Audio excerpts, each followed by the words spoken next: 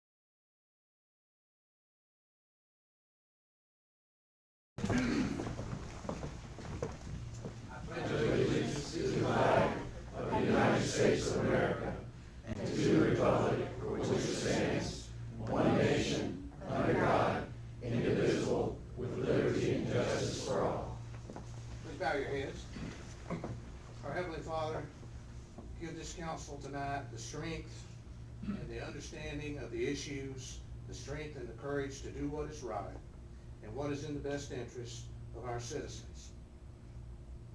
In Christ's name, amen. Okay, under our guest and visitor tonight, we have two items here. Bill Eccles with the Cherokee County Capital Projects Director is going to give us a brief update on the Etowah River Park construction. Bill? Mayor, thank you. Council members, I'm very pleased to be before you tonight to give you a brief overview. As I'm trying to do the math and the calculations, it's easy to believe, hard to believe that it was about 2.5 years ago when we were meeting and made the, I think, the very wise decision, the good decision that sort of separated and put the ball fields over on the Killian Park. We are working on that park to proceed, but the work at the Etowah Park is going well. I think there has been some excellent coverage in the press. When the bridge was set in place last August, if my memory is correct, we have been able to complete the handicap accessible boardwalk ramp on the park side, and through the help of the city engineering and its engineering department, we've been able to gain access on the other side of the Etowah River so that the contractor can mobilize to get over there to dig the foundations for the bridge boardwalk supports on that side and begin that construction. But the bridge is in place, and it's quite impressive to get out there in the middle of the river and look up and down.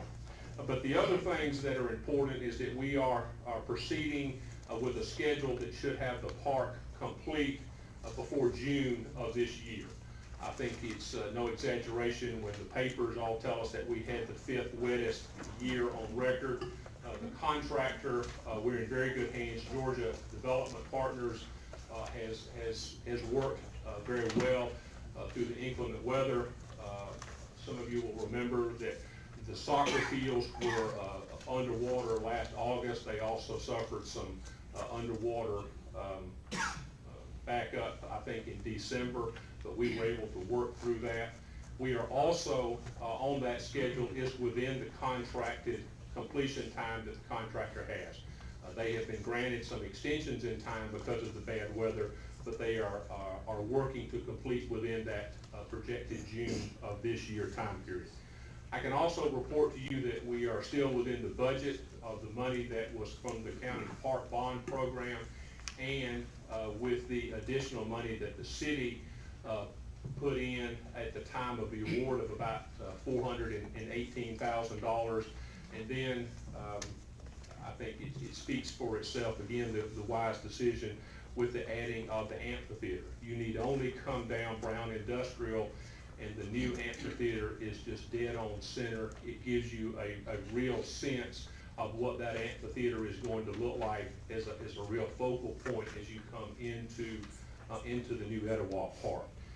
The sodding has been completed behind the new amphitheater as it's still being constructed, and the walking trails, the concrete walking trails it's about a half a mile oval that will go around the large 3 soccer fields.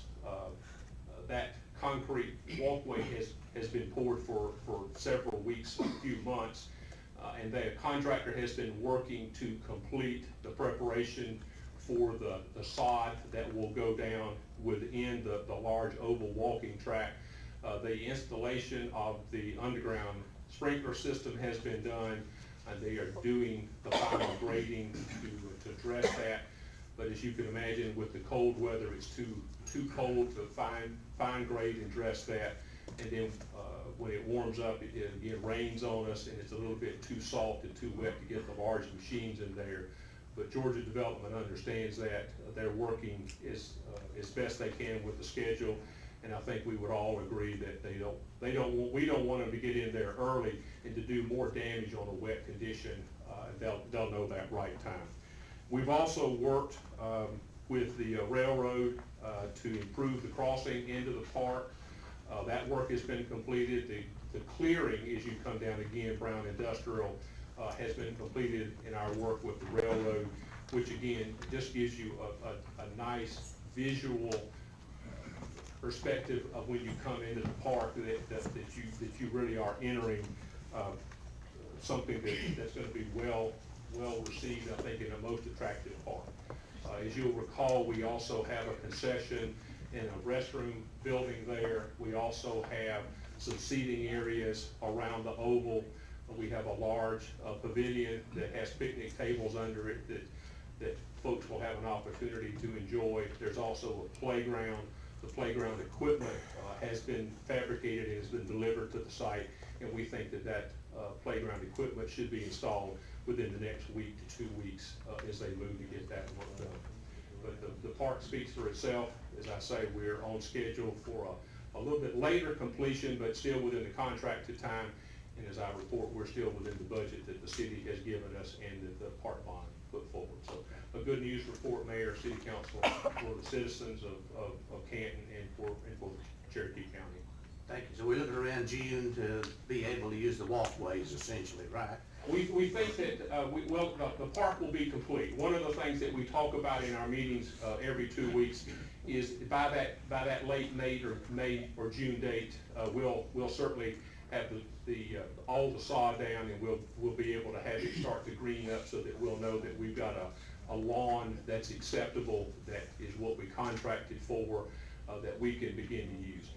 One of the things that we've been talking with Joby about and in our project meetings is now beginning to make that transition from construction to acceptance and completion by the city and the county.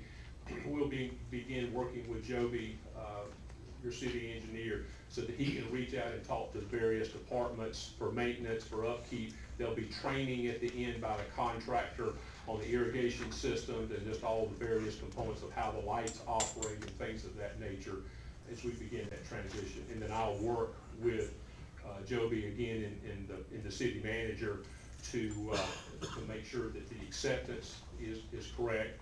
One of the things we talked about is in preparation of that, like the county does with any new park, like with our aquatic center, obviously, we'll need to make sure that the city has alerted your insurance carrier that a new asset is coming into the city's use. And if that date of substantial completion, insurance requirements would begin, the city's responsibility for paying the utilities would begin. And again, we're looking at that date as being sometime in June, and at that time, I think it'll be ribbon cutting time for full enjoyment of use of the park. So my question, and I think you may have answered it, is that do you anticipate that being able to play on those fields in June or? In June, yes, sir. Because it's all sodded. That's the good thing. That's one of the decisions that we made when we looked at the budget, is that we had an alternate to accept sod behind the amphitheater and sod within the oval, so that there would be an instant use. And with that sod down, and if we can get it down sometime in April, it'll have a couple of months to root itself. There's plenty of warm weather. Hopefully that'll come. Maybe the rain will stop at some point, but I almost feel certain that as soon as I put 400,000 square feet of sod down, it'll stop raining. So that's what I need to do next week to get to those parks. Does anyone else have any questions? I had one question. You know, I went back in there 6, 7 weeks ago, back on the other side of the river, on the Heritage Park side of the river. And the other side of that bridge comes about 25 feet above ground, above the ground, and it comes out. That superstructure, how long is that going to be? That's going to be a really long wooden superstructure. We are going to have a ramp, Mr. Russ, that matches what you see on the park side. We have a wooden board that comes down right there along the Georgia Power easement. So we have ramps on both sides to get up from from the park side and from also the other town side. But you won't have to climb steps, it'll Oh, be. no, we'll transition down. We have talked about that again with Joby and the city. I think that the city has some plans or some preliminary plans or design that's underway to connect where our ramp will start, that will make that final connection into Heritage Park. But no, we'll come down to the ground. We'll probably make a very temporary gravel approach so that people can enter it, but there really is no trail on that side yet, but I believe it's coming. The city's working on that. Will you be able to ride bikes through that? You should be able to. It is, the bridge is designed to be able to take a fire department level gator across for emergency purposes. But people will be able to ride bicycles across, things of that nature. And the ramps going up, the reason they're so long is that they're at a grade percentage for handicap accessibility. Anyone else? Thank you, Ben. Mayor, Thank you very much. Thank you, everyone. Appreciate you being here. Next item, Meg Griffin will introduce the new Main Street Board members.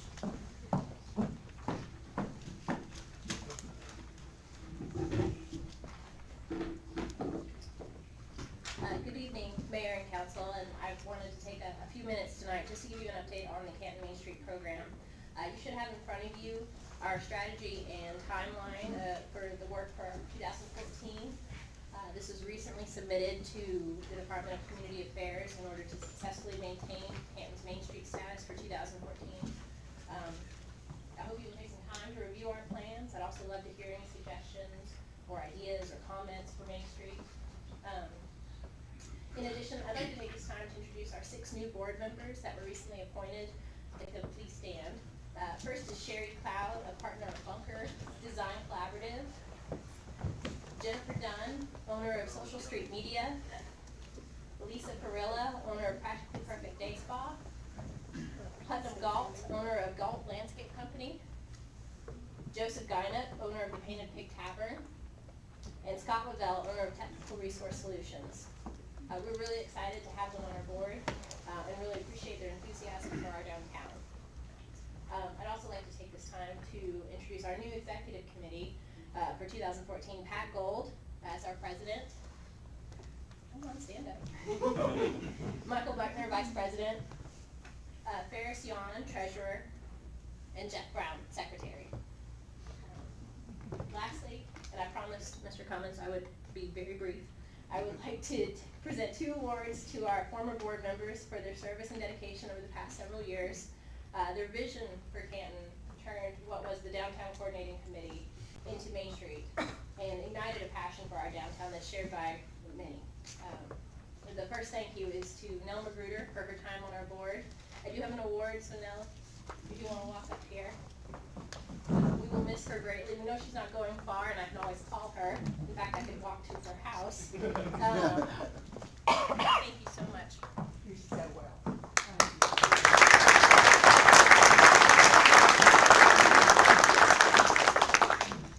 The second thank you is to Councilman Bill Grant, who we know has not gone far. We appreciate your service.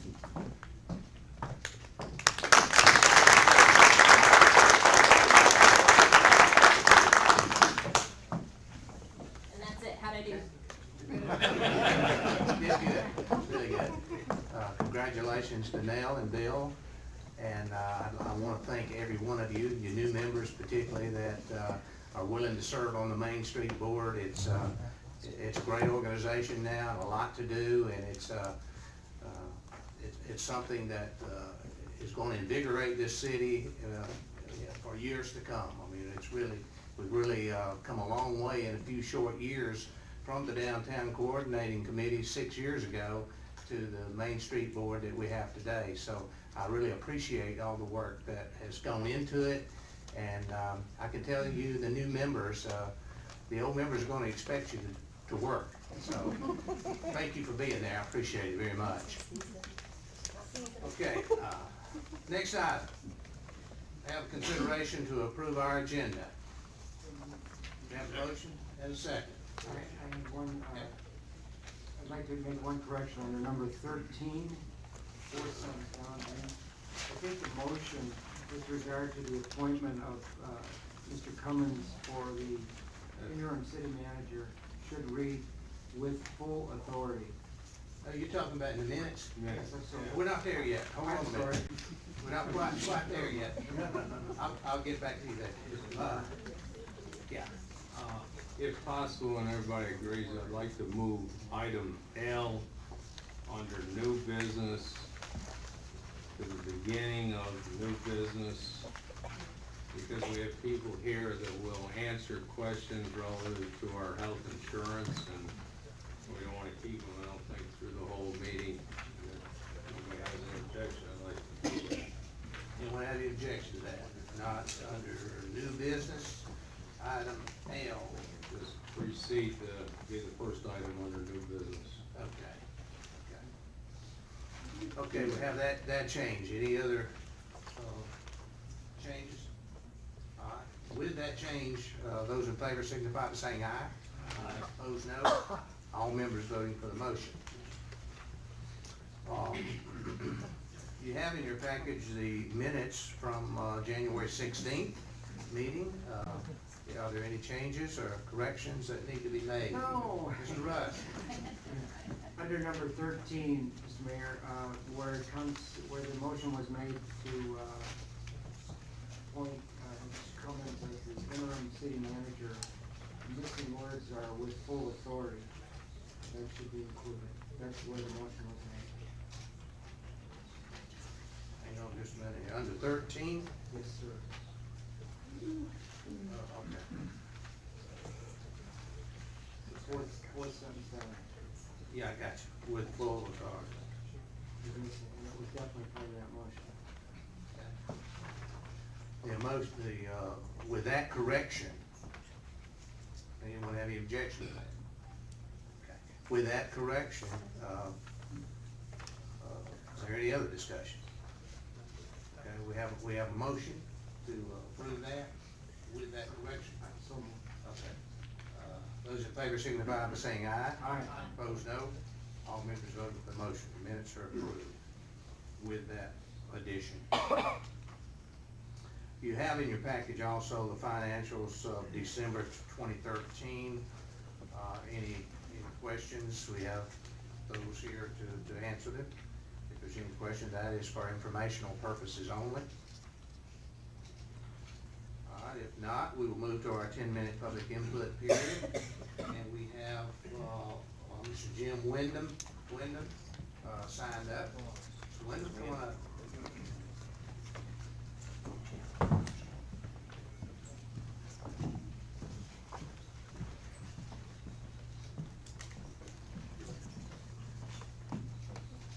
Well, good evening, Mr. Mayor, Council.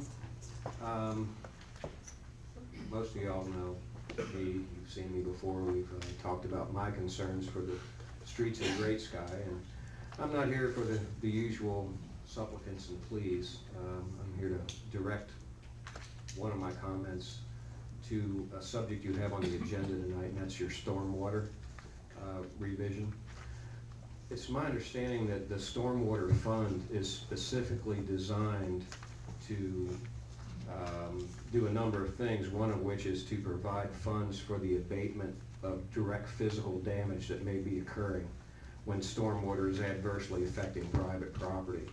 So I would ask that when you are considering maybe some reductions in the acquisition of funds to supply stormwater, that you would take into consideration that those funds could be directly applied to abating the problems that currently exist, not only on Wooded Mountain Trail, but on the other streets in Great Sky and perhaps the other streets in the city. Okay. Other than that, there's been I think a vigorous exchange of emails lately between myself and the City Council. Without going to any detail, I would simply ask that you let me know whether there's been any progress in delivering those questions to the City Attorney, and whether the City Attorney has a timeline for delivering answers to those specific questions that I posed. Okay, thank you. Thanks, Jim. Appreciate it.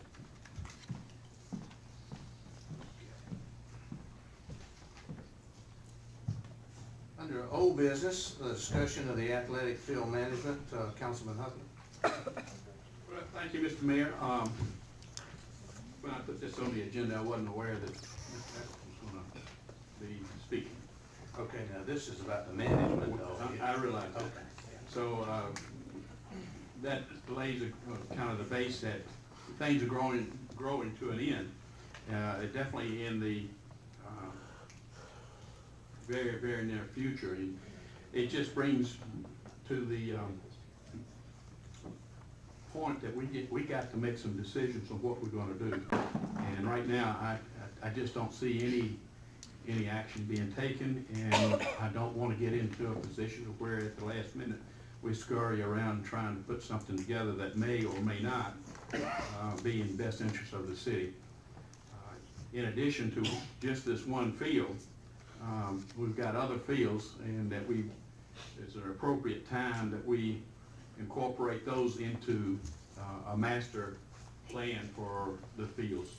So that would include Bowling Park and others that around the city that we have. Some of those programs have been operating on handshake deals for many years, and that's commendable that we are able to conduct business that way. But we're growing, and we need to do it in a more formality, with more formality and detail as to what's going to happen. So all I'm asking for here, Mr. Mayor, is that if there's an area of discussion from the council, that let's bring it up and see what we need to do in order to move this forward, so we're not at the last moment, because we're only, what, 5 months away?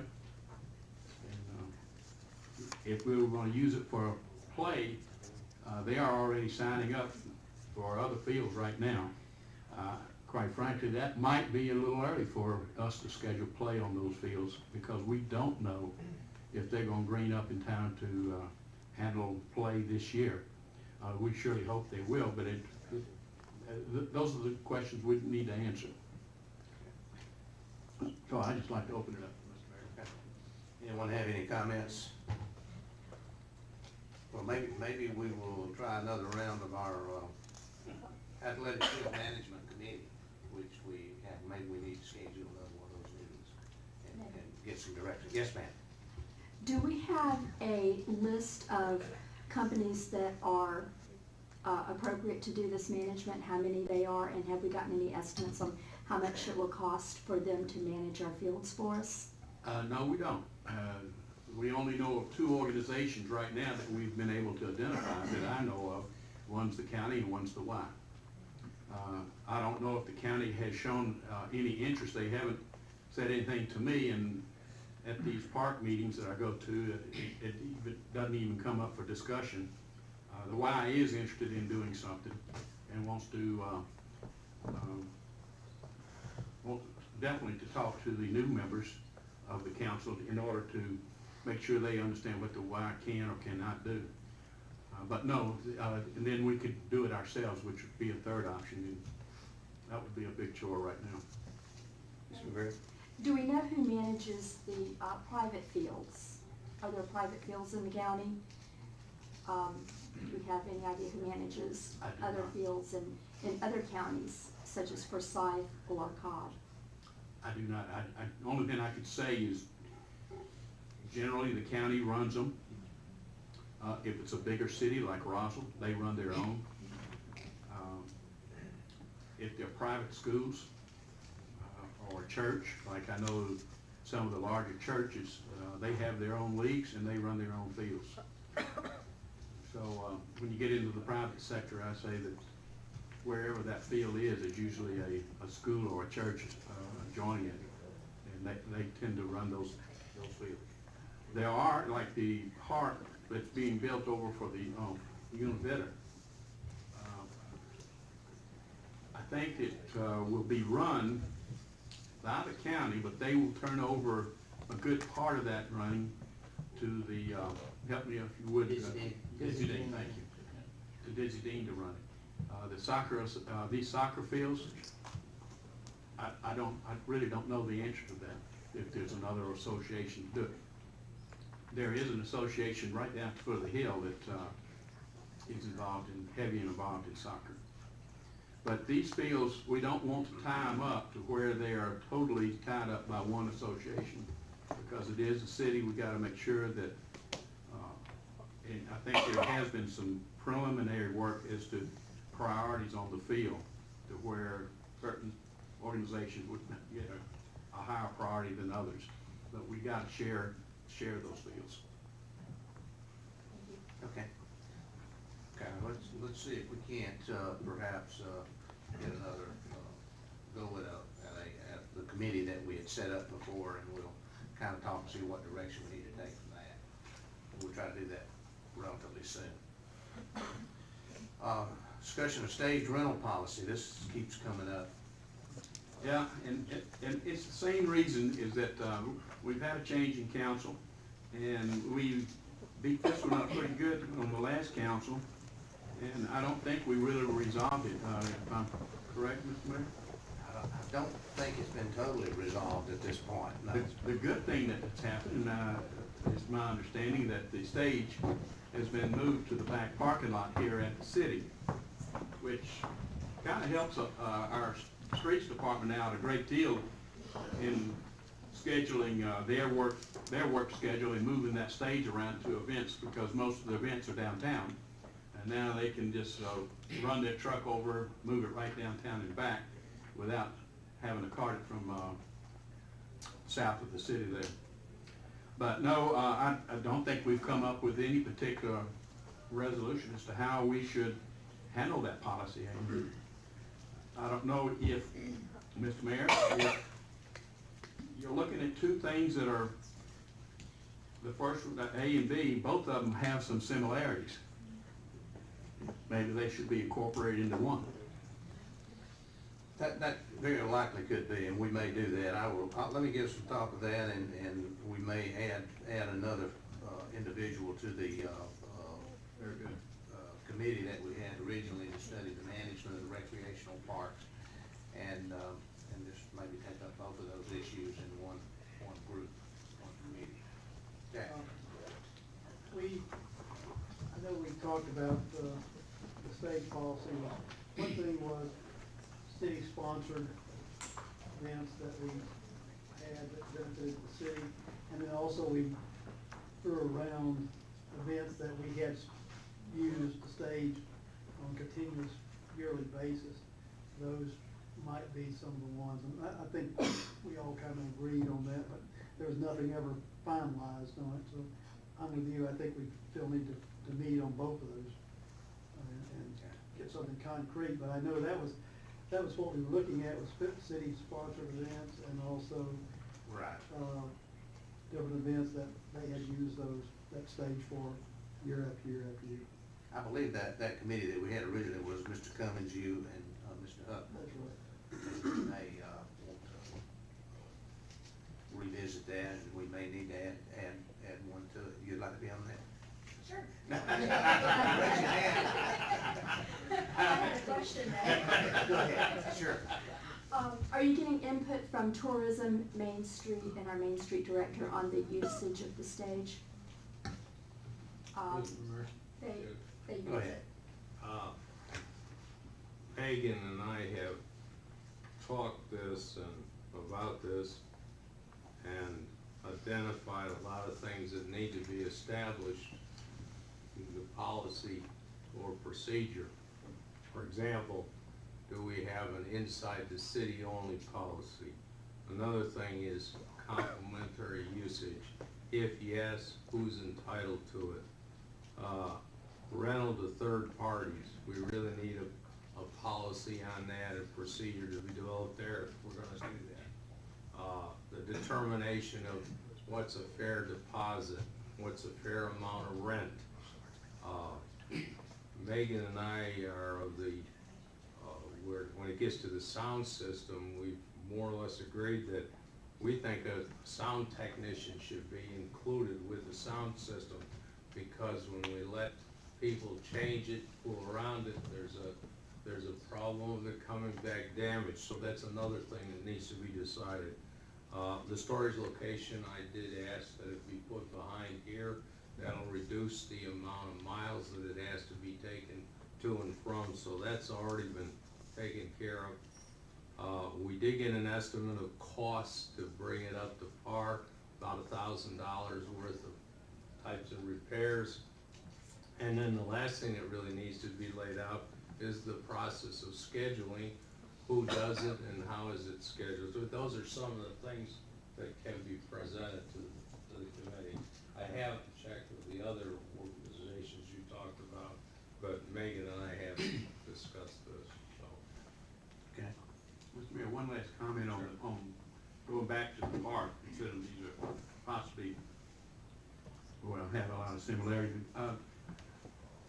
Dave Conjemi has put together an RFP for the maintenance of the park for the first year, and which will end up being a half year because we won't start until June. But it will be the people who will come in and cut the grass, weed eat, those type of functions. And there's an RFP where hopefully they'll be required, if they want to bid on it, to show up next Tuesday at 10 o'clock at the park to do a walkthrough. So we're moving in a lot of different directions, and hopefully it'll be spectacular. So the proposal that's put out there for those to do the walkthrough is basically what steps would be required to maintain those fields during that season, I guess. Will there be what they will be required to do to maintain? We're gonna pay them to cut the grass and weed and all the functions that our street department would normally do at Heritage Park. We're not set up to do that, plus we don't have the type of mower to cut that turf grass. So we're gonna go outside for that service for the first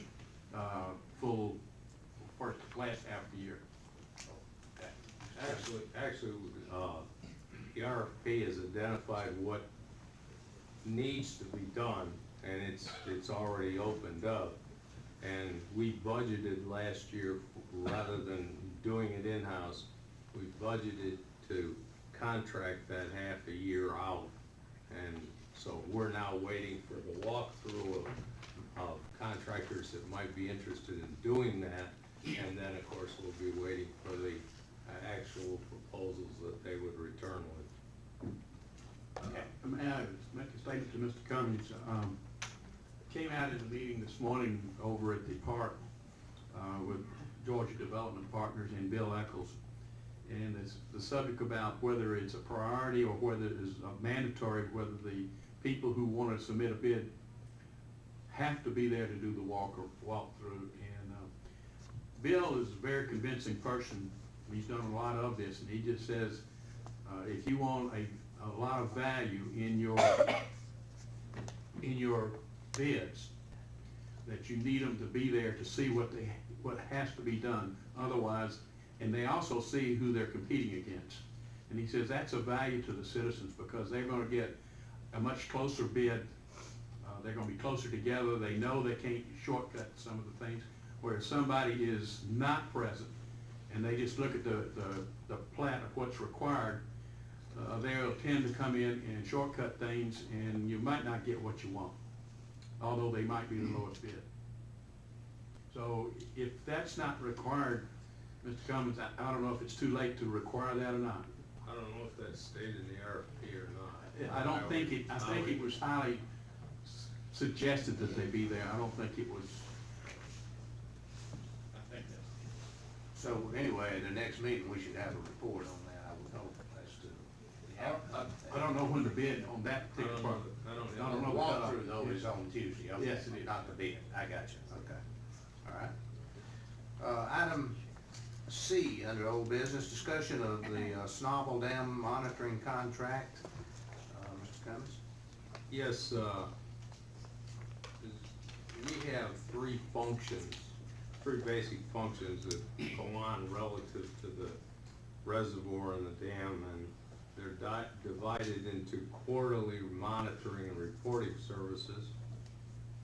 And then there's design of small projects that may be required to be performed, and general engineering services that may be required.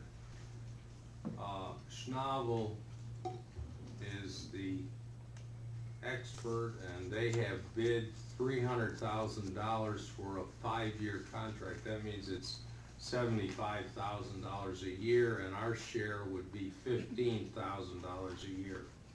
I'm going to be making a proposal. This full contract is available for review, I believe in Susan's office. It is. And I'll be proposing that we accept this contract. Just as a matter of information, it's already been approved by the Cherokee County, Cobb County Marietta Water Authority, and we'd be just going along with them. That's the Schnabel contract, and it's just a matter of you looking at it and then deciding to proceed. All right, any questions? Mr. Mayor, do we know how these estimates compare to what we were paying before? Are they? Probably, we don't. They look at what it takes to do it. Like, for example, 1 quarter, I believe, full detailed inspections, they give us a price of $6,250, which means we pay our 25% of that. They're quite, the issue that you have relative to reservoirs, and that is there just aren't 20 people out there that do this kind of work. And so they've gone out to Schnabel, who's done it before.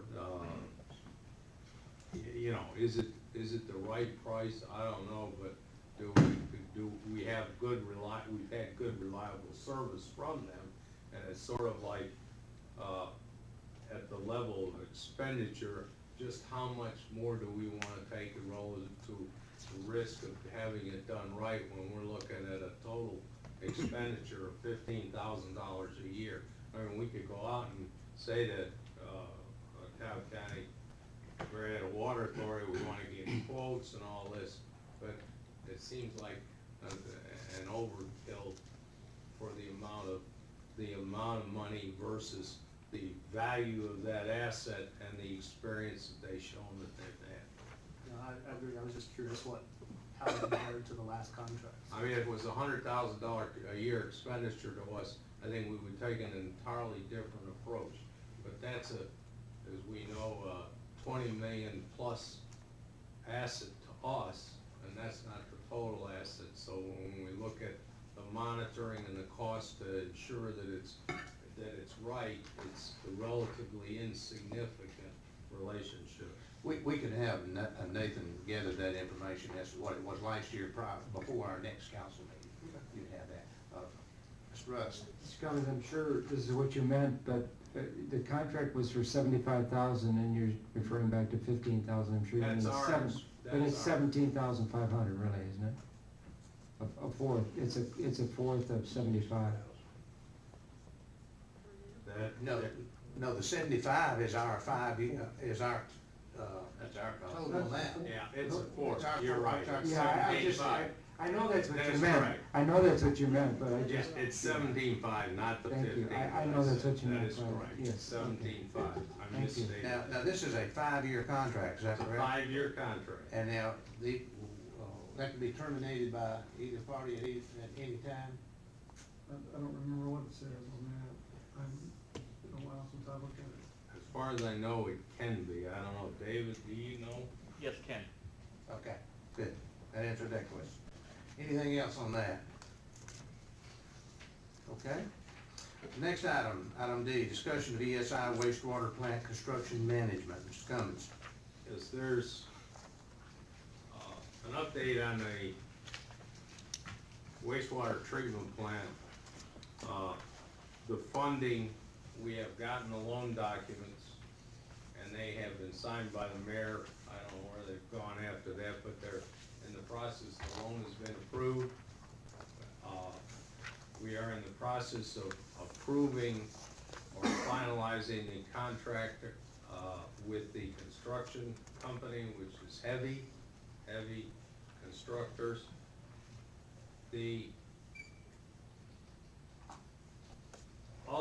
This particular contract is our interface with the construction company. we go out to an engineering firm, and we've gone out to several, we put out a request for proposals.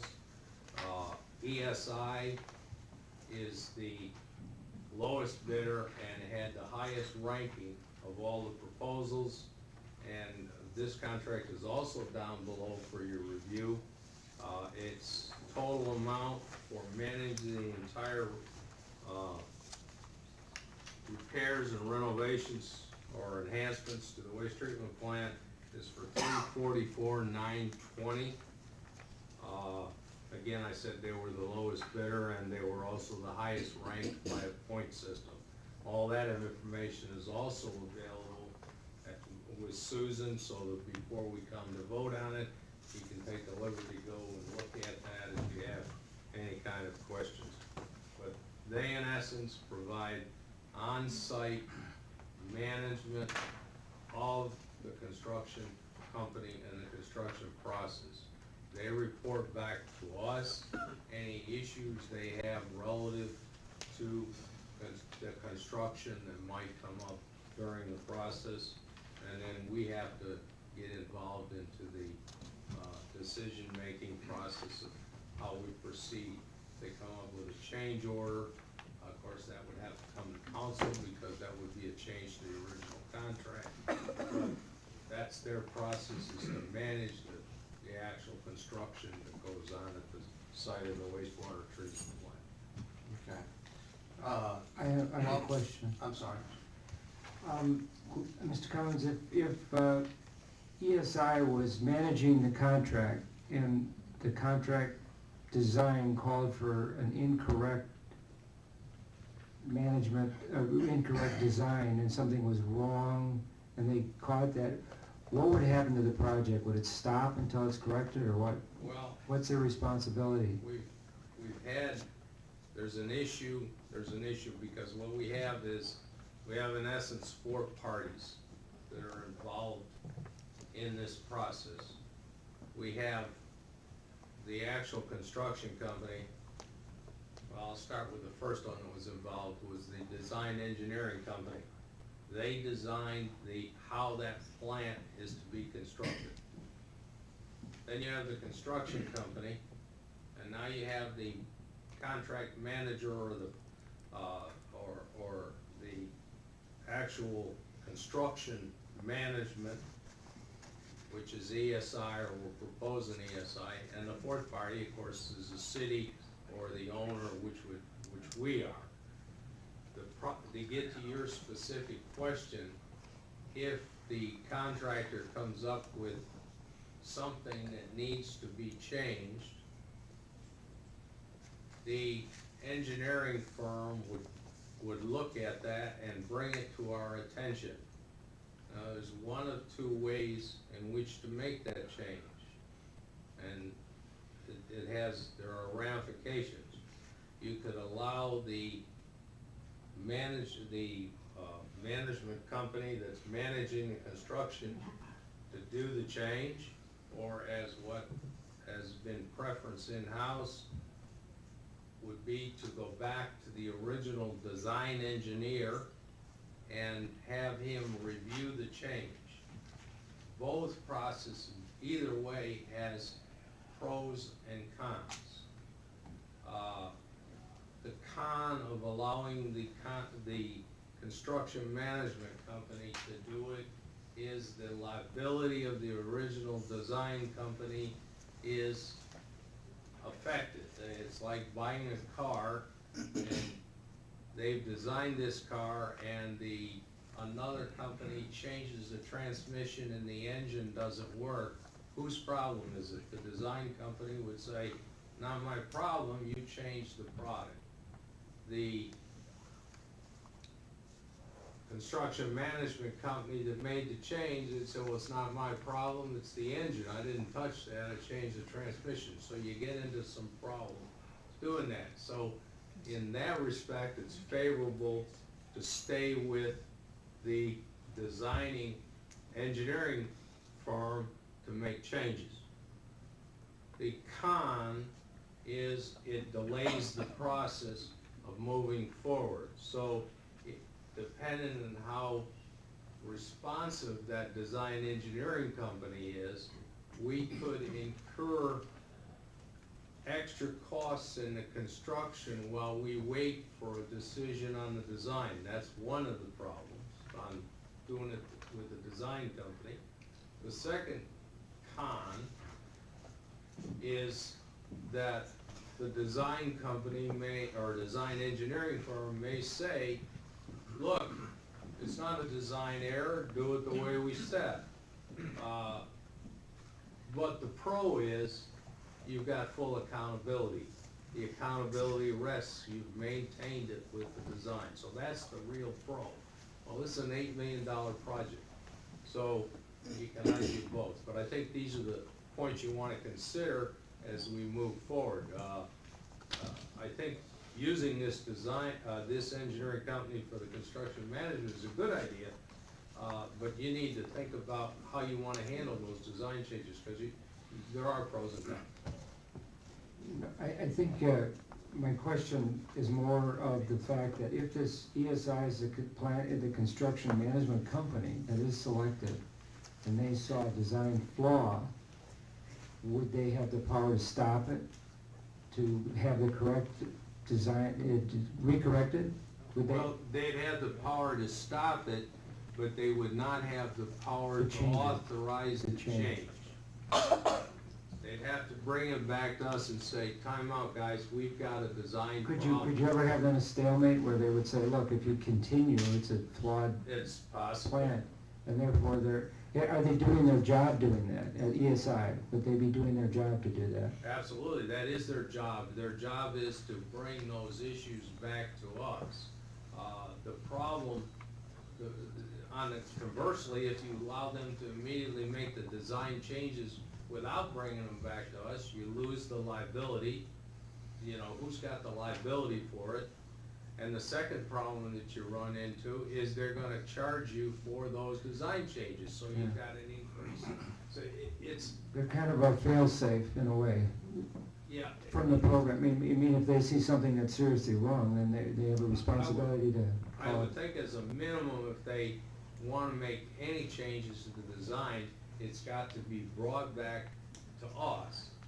We then could have open the option of how we handle that particular design, or we could dictate that all design changes go back to the original designer. As a part of our agreement to hire them, have they reviewed this design? No, they have not reviewed this design. They are constructing as designed.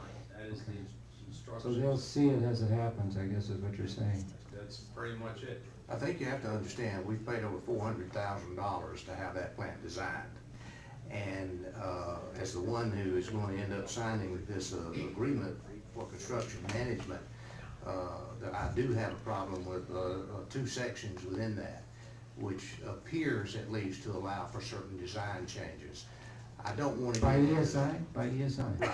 I don't want to get into the he said, and eliminate the liability of one or the other.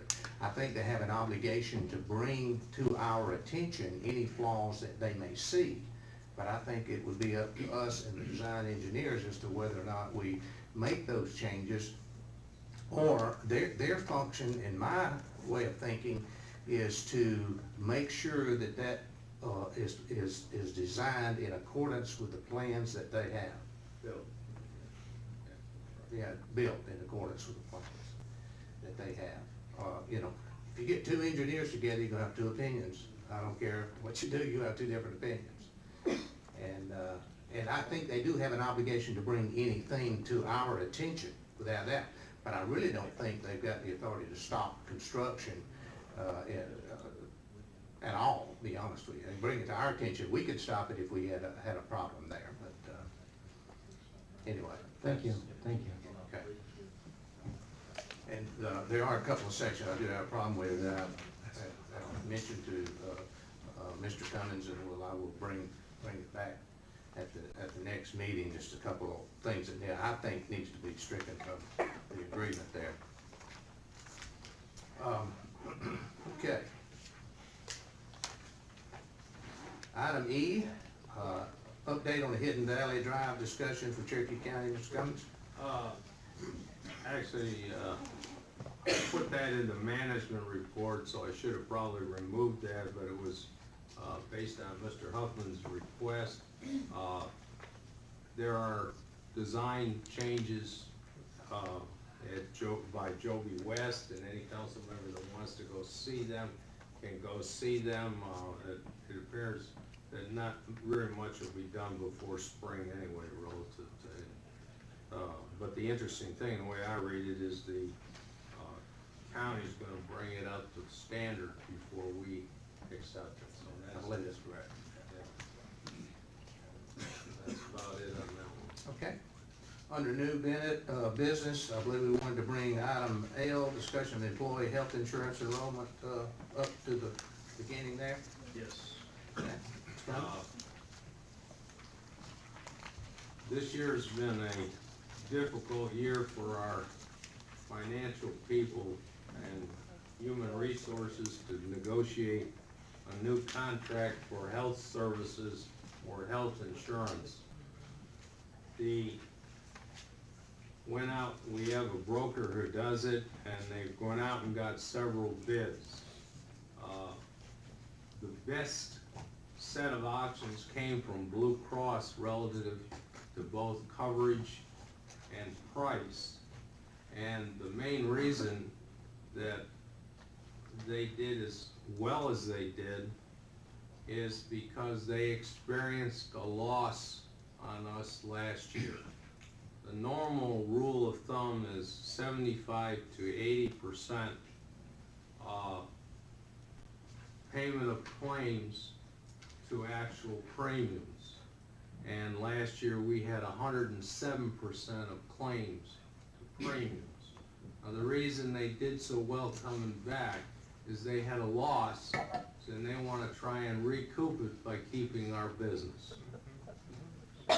One other major factor that happened this year is Obamacare. Obamacare has automatically put about a 7% increase in health insurance costs to employers.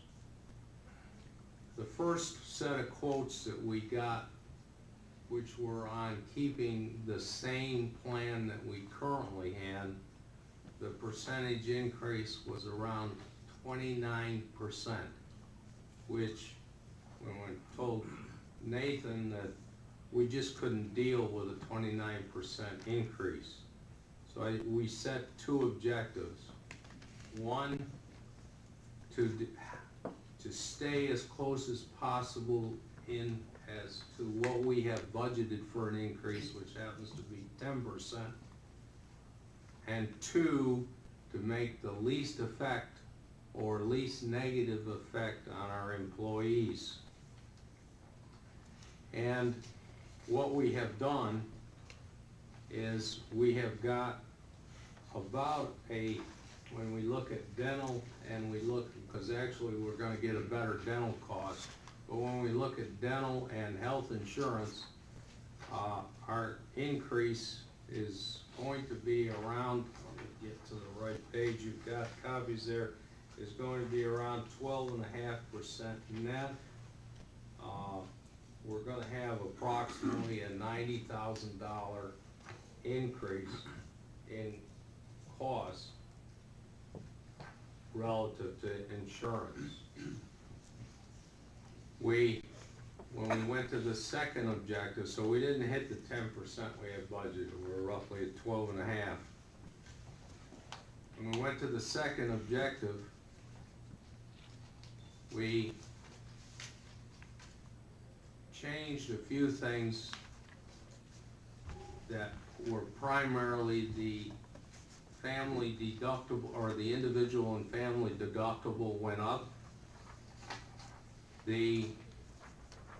Both in and out of network, and the individual, family, and out of pocket, total out of pocket, in and out of network went up. So those two went up, and the cost for copay, we actually created a benefit by reducing the primary care copay from $35 to $25, which we felt was probably the most exposure that people would have is going to the doctor, that they could save that $10. But the cost of a specialist care and an emergency care went up slightly. But we felt that primary care visits was probably the majority of the visits that our employees and those that have their families on would incur. So we tried to give them a break there because we were increasing the maximum on the terms of the deductible and the out-of-pocket. Again, all of this information will be downstairs and available, but we're gonna make the recommendation on this plan at the next meeting. It is the best overall plan relative to the situation, both in terms of cost and effect on the employees. The actual employee contribution will remain the same at $20 for their employee at $20 for pay period, so there's no change in the amount that they pay. The time frame on that, isn't it gonna require a special meeting? Yeah, no, if we vote at the next meeting, we are fine on this, but we do need to vote at the next meeting to proceed because our insurance is renewed as of April 1, which means March 1, we have to start enrolling and showing this to employees. It becomes the open enrollment, and they get the choice whether they continue on. Now, there's a couple of other plans which I didn't say that one other option we offer. It's called a buy-up. They can reduce their deductibles and their total out-of-pocket, and the buy-up plan, they pay the difference between what our plan is, or the plan we're providing, and the cost of the buy-up plan. And we chose to make the buy-up plan the same plan that we currently have. I believe it's almost identical to what we currently have, or it's slightly different. I stand corrected, there's a slight increase in both the individual and family deductible, and the same with the out-of-pocket, but there's smaller increases, and the employee can buy up to that by paying the difference. Mr. Cohen, is the prescription tier, is that changed, or? The prescription tier is well, the cost of the tiers is unchanged. We don't control which drug is in which tier, of course, but right. the actual prescription is unchanged tiers. So they're still the same cost. Okay. I had one statement. I was on the insurance committee, and I remember the discussion, we talked about time and a special meeting, or the need for a special meeting. And my only concern is you got a short month in February. We only really got about 5 weeks from the time we would vote, 2 weeks from tonight, till the time that we have to have this plan implemented. Is that enough time? Does Lori really feel she can do it in that time? As far as I know, they said that they can accomplish the open enrollment on March 1st till the time of April 1st when the plan goes into effect. So. Okay, thank you. All right. Anyone else? Okay. Item A, discussion of the fiscal year 2013 year-end budget amendment.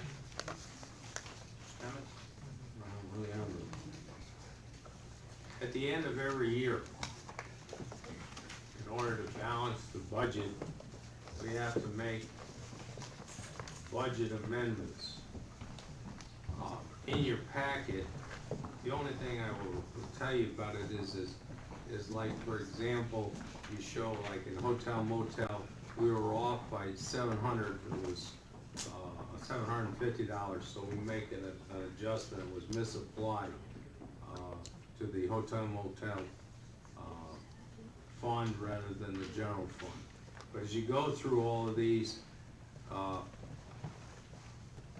like if you look at the URA fund that was handed out, you will find that it's $6,042 And that was the difference, because as we went along during the year, we were estimating interest and principal, and we were putting that in our financial statements. When we get to the end of the year, we may have had too high an interest. In this case, I think it was too low of an interest on our bonds, and we had to decrease our principal that we paid relative to the financial reporting during the year. When you see these large negatives down under like the general fund, like 173,000, that's good news, because that's increased revenue in building permits. So you can see that the economy is changing, so we've actually got more revenue having come in than we actually had reported or projected as we went along, so we're making those adjustments. And we have to make those adjustments so that we are balanced at the year end, and that's all these are year-end balance adjustments. I have a question. Under the budget amendment number 13, actually, there's no reference to any numbers or anything on there at least that I can see. And if you just take that page separately, it doesn't really tell you anything. Well, it needs reference this, or put something about budget amendment 13 information on the page where it's all itemized. I can have Nathan do that before the next meeting. Let me ask you, the IRS penalty that we ended up with, where is that listed in this? That is listed in the general fund. It's a $7,300. Okay. Down below, intergovernmental. Wait a second, let me get, I've got to draw the line. That's dues and fees. Sorry, dues and fees. Six items on the bottom. It's under dues and fees. Okay. What happened, and I'll bring it out what happened, and I can explain what that, it was an actual IRS penalty. What happened, we were cross-training, and we became late on remittance to the IRS of our tax deposits. We attempted over a course of several months, the attempt was made to remove the penalty. The IRS refused, and we had to pay that penalty because we were late in transferring the funds. There is now a procedure in place that this won't happen again. Okay, good. All right, next item on the agenda, unless anyone has any questions, okay.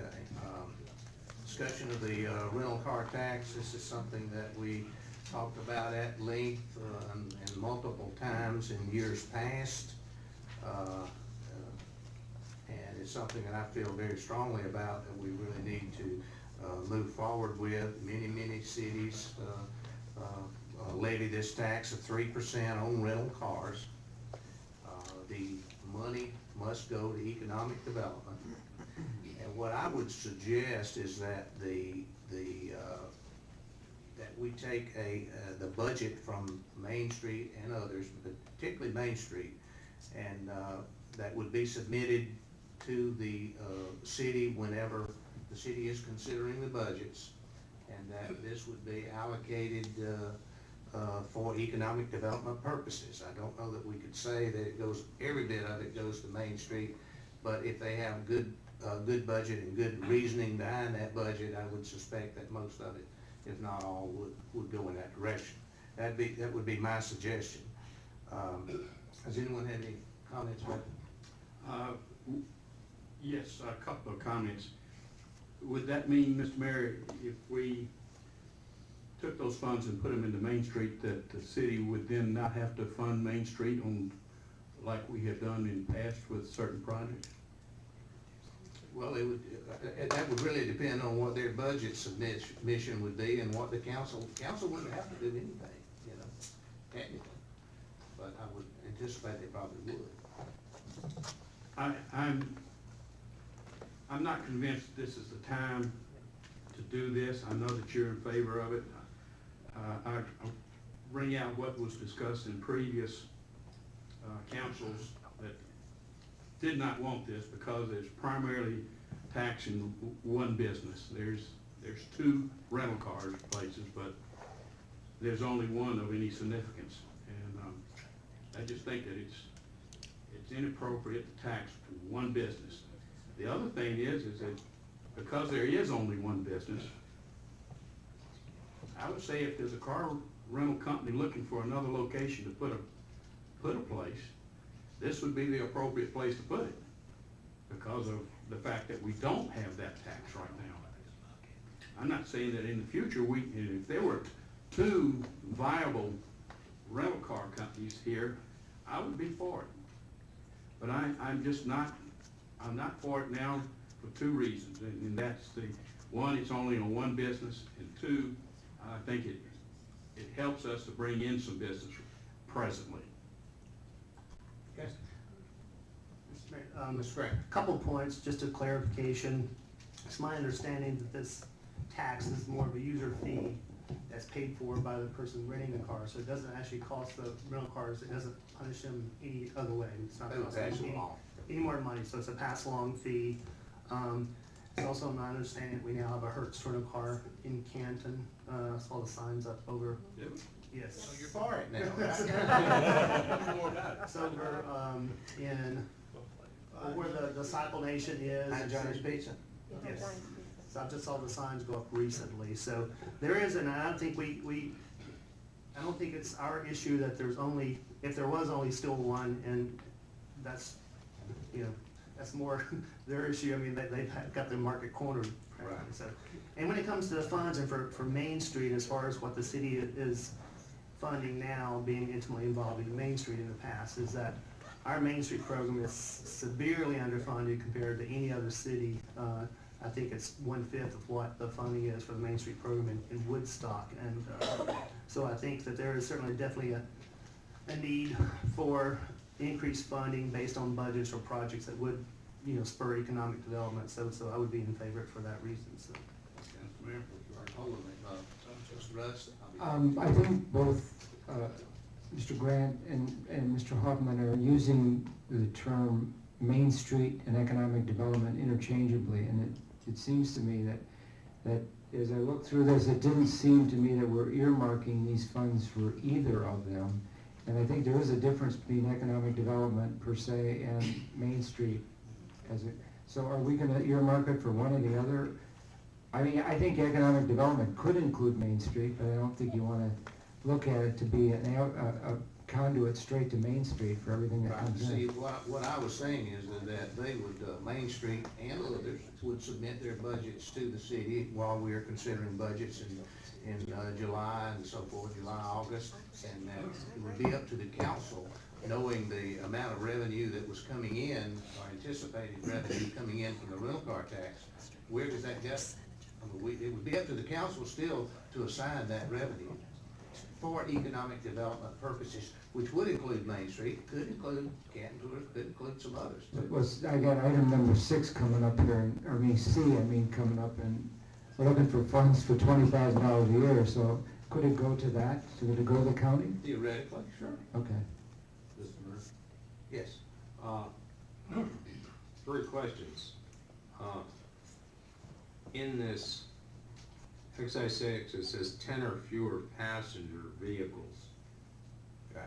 What about a 15-passenger van that might be rented? That would be exempt? Sound like it. That's the state law definition. Yeah. This is, and what about trucks? Is that the same thing? Exempt. Only passenger vehicles. Okay. And then my 3rd question, since you're going to probably propose it or have it proposed next time, what effective date were you looking at? Actually, I think we would probably not want to do that. We could do it. I haven't even thought that much about it, whether it be the first of the fiscal year or whether or not we could start July 1. I mean, I think we ought to give a few months lead time on it, but, July 1 would probably not be a bad time to actually start that. Okay, because then I can have the CFO generate what kind Projections. of projection for this year. Sure. Okay. Mr. Mayor? Yes. I think in our earlier discussions, last year's council, we found out after going to Enterprise that it's not such a great percentage that it's a pass-through. Repair work, if it's a wreck, that would be a pass-through. After that, there's not pass-through. Unless it's a business that is, somebody coming in from out of town that needs to rent and they can do it for business purposes and expense it. That would then be a pass-through. But these car dealers across the way that rent cars for doing automotive repair, if it's engine and things of that nature, there's no pass-through there. They pay the fee. So we use the pass-through very liberally, and it's not as liberal as it'd be made to be, or it sounds like here in conversation. So I'm still opposed to it unless we find out for sure about the Hertz, and I'll surely look into that between now and next meeting. But as it stands right now, I would vote no. But if there's a Hertz out there, you vote yes. I would seriously consider it. Okay. I would seriously consider it. I understand. Thank you, thank you. Anyone else?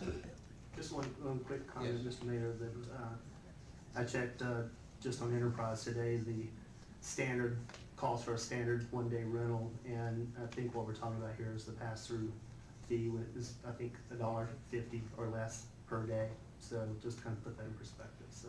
Okay, good, thank you. All right, next item, discussion of commitment by the city for a 3-year contribution to Cherokee County Economic Development Office in the amount of $20,000 each year, beginning with the 2015 budget. Mr. Russ. Fellow councilmen, we all, I think almost all of us were up in Adairsville, and we discussed this issue with the county, and I guess it really brings the whole issue home in this morning's breakfast with the county, when they showed what the state of Georgia has done in the year 2013 and what they're trying to accomplish. And we're fighting a battle with the other states in the union that got big budgets for economic development. And then when it comes down to Cherokee County, we're operating a little bit on the shoestring, and they're really accomplishing tremendous goals.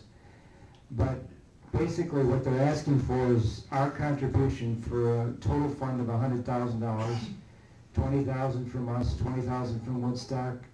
I think it's 20,000, was it 20,000 from, No, it wasn't 20 from anybody else, I don't think. just the two of us, and the rest was gonna come from Probably Blairsville. another Yes. 20 or so. I think the only West, town that's yes. committed so far is Ball Ground for 5,000, correct? That's what they were asked for. Right. It just seems to me that we need to take a lead and buck up and do something for the county. We get a lot of benefit from economic development. It's not gonna be earmarked for Canton, Georgia, but when you see what they're accomplishing, you have to say, this is like putting a little water in the pump. It's gonna come out good for us, and I just think we wanna be a part of that, as opposed to be standing on the sidelines and not contribute. I agree, I think that's a good idea. Yeah, Okay. I think you're right, John. Last report we had from someone from the county, she said that, you know, we received more than anyone else. Of course, we're the county seat, so we should. And I think we all kind of lean toward giving them that money last year. I know you all had a meeting out with them, able to go there because of health reasons, but it's a very good thing. They brought in a lot of new business. They've had a lot of people come in and look at our technology park up there. We've got people interested in it right now, and they're working hard to do that. Mitzi does a good job. Absolutely. I don't think the county, Jack, I know you weren't there, but there's absolutely no pressure on us to do this. Yeah. But there's a need for it, Oh, so I agree. that's. No, they did not. I don't think so. Did you? Not really. They Well, talked about, actually, we brought it up. Actually, I think I'm the one who brought it up. Yeah, I mean, For you know, discussion at that point. so I didn't get any idea that there was any. You weren't here before. Well, This they is would not, not- they it's would not, like for it it's not the out. first time they've been to us. Well, I think it's an excellent opportunity for us. I think I'd like to, can we draft a motion for the next meeting to do that? Well, we'll Approval for put the- it on, we'll put it on. Put it on the agenda. Right. Mr. Mayor? Beginning with, when we had, this was last summer, I think it was about the time that Misty came and met with us down at the library and was requesting funds, and I think Buzz came one time requesting funds, so that's 2 times last year that they approached council on this. And individually, that they also approached probably some of y'all. I know they talked to me about it, and I'm for economic development. I ran on economic development. The only question I have, and I haven't yet really heard a good answer, and I just bring this up for thought for the next 2 weeks. When we had the meeting downstairs with Misty, and everybody loves Misty, she does a great job, I asked her specifically, when you're spending that kind of money, so we're not talking $20,000, we're talking $60,000, because it's 20 over 3 years. How are you gonna spend the money? She couldn't answer. Mr. Grant? It was my understanding when we met with them the last time that the primary need is to hire another staff member for the Office of Economic Development. And that was my impression, that That's an most of impression. the funding would go to. That's an impression, but when you ask somebody, when somebody's asking you to spend $60,000 and you ask how you're gonna spend it, and they really can't respond, you know, I have to say, I gotta put the brakes on for a minute. Well, I do know that the county has already increased their funding by the 60 or 65,000. They've already done that in an attempt to help them move forward there. So, okay, we'll take a look at that in our next meeting. In other words, they're doing it without us right now, They're doing it without us right now, but they need us. but they do need us, I think. And quite honestly, we need them. Yeah, we do. We need them. Okay, But would it be a fair question to ask Misty to come back, tell us how she's gonna spend it? I mean, Well, if Mr. Cummings over there spending money, I guarantee you he's gonna ask. I don't know. I think we could probably get that in a memo or a email from her or something like that. Just tell her, you know, see what she I says. just get the feeling that she'd be pretty precise about that. I wasn't at that meeting, Hooky, I don't doubt that she didn't have an I answer felt the for you. same way, John. I felt that she would be precise about it. She wasn't. No, let's see what she does the next time. Okay, all right. Okay, next item. Discussion of stormwater fees, Mr. Cummins. Yes, in your packet, you have a budget with a proposed 25% reduction in stormwater fees, and I passed out tonight the same, a budget with 35% reduction. Couple of things about stormwater. One thing that I've done is made the decision to delay the purchase of a new sweeper. And the reason is I feel we can get, first of all, it takes about 6 months to get it from time of order till you get it, unless you go on a refurbished market or something else. But assuming that it takes 6 months, we're actually delaying it about 6 months. And we'll put in repair costs, which will lower our cash flow out of stormwater this year. We will have to purchase next year. It's $270,000 approximate expenditure.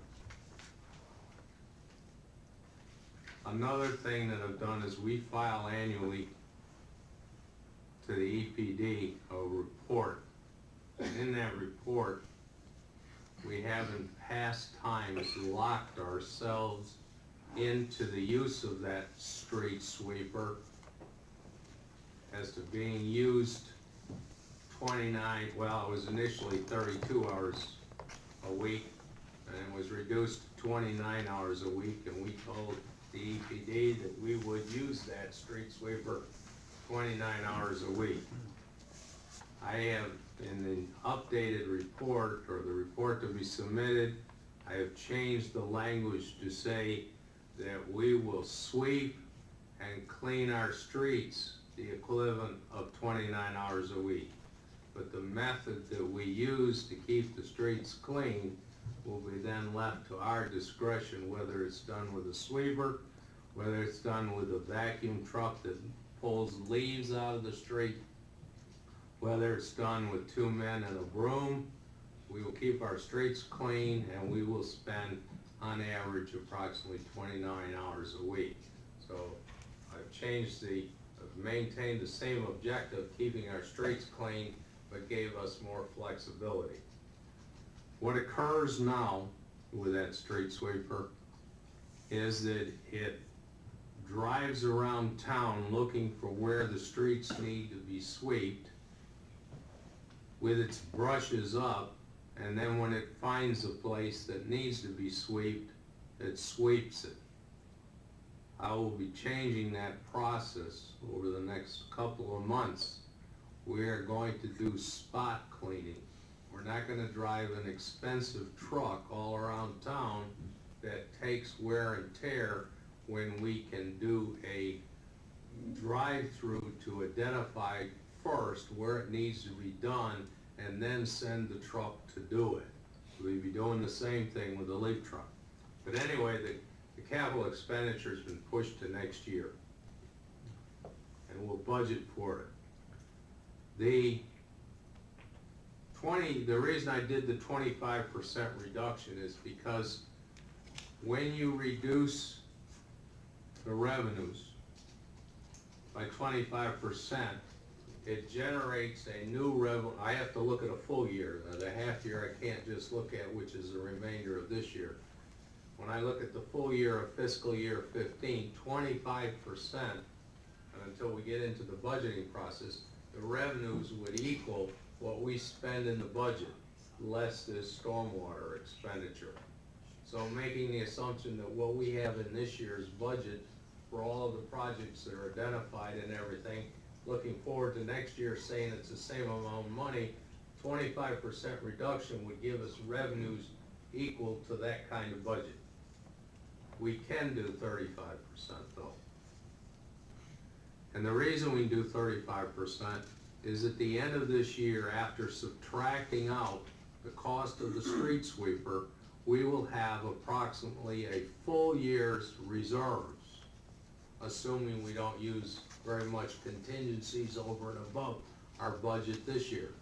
So we could do 35%, and the impact could be taken to reduce those reserves, because there's, in my opinion, no need to have better than $750,000 in reserves. That's pretty high, a whole year's budget. So I'll be looking for you to decide what motion to make, but I would suggest that we can do a 35% reduction in stormwater fees and have no issues relative to dealing with those stormwater requirements. And in a minute, we'll talk about the stormwater ordinance, but that's an update on it. Question? Yes, sir. Does that sweeper, that would come out of general fund or stormwater? Comes out of stormwater. Okay. There's no way we can get a new truck with a blade to it? No, that's another issue that I'll talk about under our city manager's report. On this, basically the difference in total revenues on an annual basis between 25% reduction and 35 is about 50 grand, right? 52 or 3 grand. From 993,000, if you go to 35, it goes down to 940. Am I reading that right? Well, it'd be 50 grand on a half year, it'd be 100 grand. Is this just a half year? Yeah, it'd be 100 grand on a full year. The actual reduction Wait this a year. minute now. Are we getting $993,000 in 6 months? No way. No, that's That's a the full full year. year. That's a full year, but we've reduced it from the full year that we had before, which was 1,062. Or 1,062,000. So the actual approximate savings this year, fiscal year 14, would, if you did 25%, would be $131,250, assuming April 1st or a half a year. If you do that for a full year, it'd be $262,000 reduction. Doing 35% will give you $183,000 or your $50,000 difference for this half year, but for a full year, it would give you a reduction of $367,500, more or less, because it depends on the revenues, but those are pretty close numbers. Mr. Mayor, can I ask a Yes, question, go ahead. please, sir?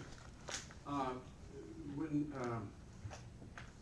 what's the man's last name? Key. When Mr. Key presented at our last meeting, he talked about the, for the lack of words, inequities between the percentage or the fees that were charged commercial versus residential. Do you recall? Yeah. Okay. And he said that our system was out of line, and I said, well, if we're gonna make a change, should we not put it in line? Well, Mr. Hudson, I think the word inequity was used. And I might be Not wrong, pro- but Really, there's no inequity. The method that is used to determine the amount of stormwater fee that any residence, business, commercial enterprise or anything is based on what they call impervious units. I understand that. And so if I I happen to have 2 impervious units, so I pay the unit cost times 2. Now the commercial, the reason they say it's heavily skewed is if I go and look at a corporation like Target, they have a huge parking lot. And so I don't think it's an inequity because they still pay the same rate per impervious unit that everybody else. I understand what you're saying. We don't need to belabor that point.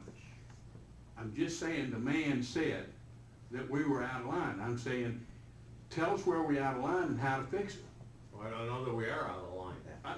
What I'm saying, the man that sat there and presented to us, and I guess we accepted it. I mean, he's up speaking for the committee. I think where we're out of line is we're collecting too much money. Well, I'll give you that point too. I still want to address the point he made. Ask him. I I can't did. answer the phone. I did ask him. Okay, what did he tell you? He didn't have an answer. I think there was this misunderstanding on that, and honestly, I didn't know.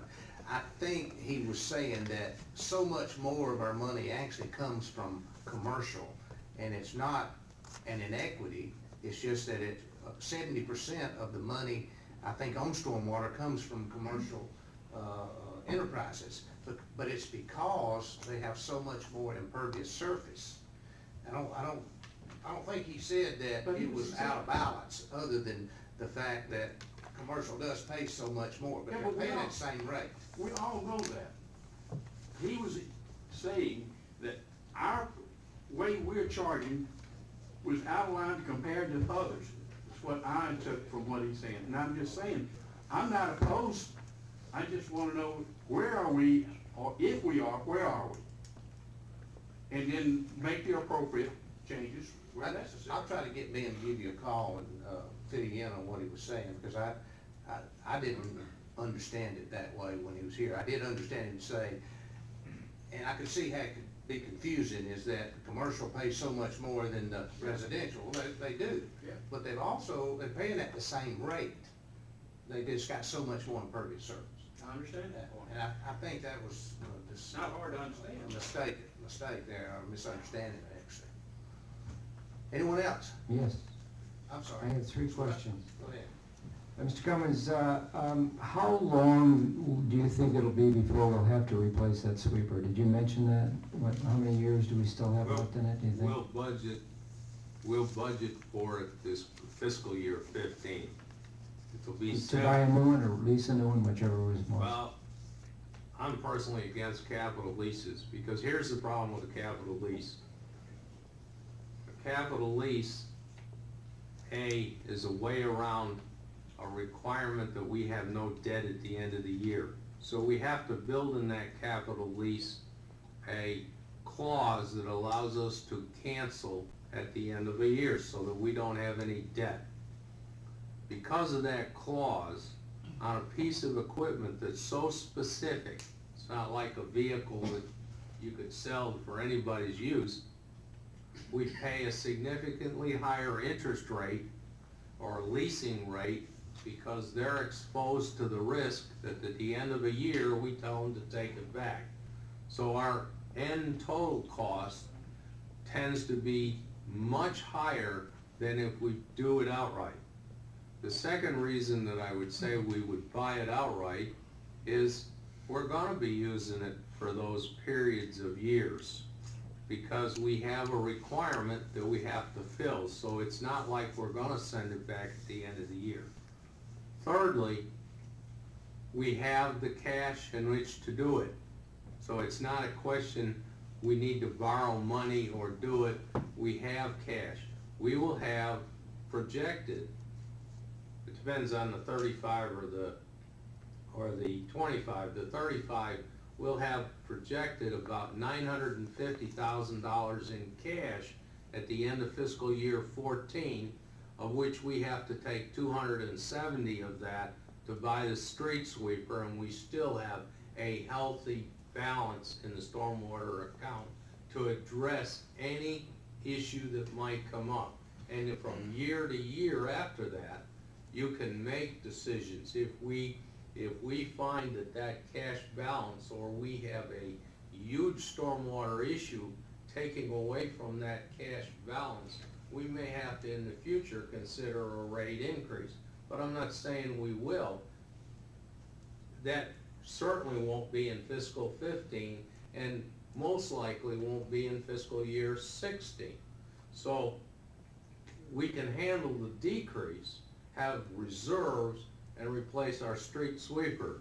Now with the program that I'm trying to implement, we currently are stretching to the 7th year on the street sweeper. You take 7 years into $270,000, you're talking approximately almost $40,000 a year in cost if you amortize it over that period of time. The way I'm going to change using the street sweeper will reduce the number of hours per week that we use it, and I hope to get a 10-year life. So at $270,000, our amortized cost per year will be reduced down to $27,000, or a $13,000 per year approximate, these are all approximate numbers, savings, because we're going to approach the need in a different fashion. So we can do a 35% reduction with the knowledge that we do have sufficient reserves to address major issues. And if a major issue has to be addressed that's definitely applicable to stormwater, then we'll have to look at it in future years. Do we have sufficient revenue coming in order to rebuild reserves, or do we need to make maybe a 10% increase later? And that's an issue 2 years down the road maybe. A couple of comments. One at a time. I had one more follow-on to his. Only gonna take 10 minutes. We do lease fire engines, by the way, on the Canton lease, don't we? I'm not sure. I don't think we have any. The answer's yes. We have fire engines. I know we got a couple others. But I've had enough. I've had motorcycles in the police department too. But my real question here, Mr. Cummings, is that you mentioned $750,000 as a base or a minimum balance. Is that, what would you refer to that? That was at the 25%, and again, when we throw the 35, it could be a little less. Could we put into a proposal somewhere down the line where it's appropriate that we maintain that balance? Well, And if it goes below it, it's an automatic. well, you could, you know, that's just a council proposal, of course, but the question might become is, do we need to maintain a $750,000 balance? Well, until we prove that we don't, Well, then maybe we should. Maybe we should wait till we prove we do. Yes. Mr. Russ, I apologize, I interrupted. That's okay. I was just gonna ask one question, Glenn. It's, At the beginning of the approval of our fiscal year for 15, if we ordered a new sweeper, it would still take 4 to 5 months to get it, right? We Well, wouldn't it have the takes expense. 6, maybe as much. 6 as months, 6. so we wouldn't have the expenditure until deep into 15, fiscal 15 year. Well, it's a cash, since I would propose doing it with No, I cash. understand it. It's, all we're doing is delaying when we spend that cash. Sure. So it's still a total expenditure in that year of $270,000. The only difference is, and again, I don't know what the terms of a purchase of that device. You may have an upfront cost because we're ordering a specific piece of Okay. equipment where we have to make a significant, I don't know, we haven't looked into acquiring it yet. I don't know if we'd have to, with order, send a certain amount of money and then upon delivery pay for the rest. I don't know the terms that would come. But it's still, during fiscal year 15, a cash flow of $270,000 approximately. Okay. I Mr. Rush, have- you have another question? 2 more. 2 more? Yeah, but they're quick. First of all, Mr. Cummins, are you going to test the spot cleaning program with the street sweeper before you fully implement it? Is that something that requires to be tested? Well, the concept behind the kind is we're driving the truck approximately 3.5 days a week. And we also do a leaf truck, and we also do a vacuum truck. My concept, and the answer is, yeah, you test it, you see how it works, and if it works, you implement it fully, and it's not something that you can't tweak and adjust. But my concept is that we will, at either the end or the beginning, probably the beginning of the week, the Monday, I will use a because I've still got a driver involved, I got an employee involved. I will use a driver on Monday to drive the streets in a very inexpensive truck. And he will plot where we have to do what with these high-cost operating vehicles. And then on Tuesday, we will start spot addressing these areas throughout that week. Now that may, in week 1, cover 1/3 of the city, or 1/4 of the city, depending on what the frequency we arrive at has to be done. The next week, he'd do another 1/4 of the city, and we would do that, and so forth until we had monthly covered the entire city. And then we would repeat that cycle. That's the concept. Do I know that that's exactly the way we do it? No. Is it a trial? Yes. But what it prevents is a very expensive piece of equipment, because remember that truck's motors that runs all the brushes are running while the brushes are up, and it's going down the street, and that's an expensive piece of gear. A lot less expensive to send a small pickup and identify where we need to do it, and then do it. And that's the concept there. It'll extend the life of these very expensive vehicles that we have, or types of equipment we have. Mr. Rush, one more question. That's it. This last question is the heart of the whole issue with stormwater, in my opinion, is this is not part of your proposal at this time, but are we looking at changing the stormwater ordinance It is on the agenda. to protect it from being used for other things other than What's stormwater? the next item? Isn't it? Well, Okay. Yeah. yeah. So that's gonna be, Well, let's just go ahead and go, unless anyone has anything else. To the next item, which is a discussion of the stormwater ordinance. Yes, the stormwater ordinance, it's in your packet. Let me find it in mine so that I can look at it.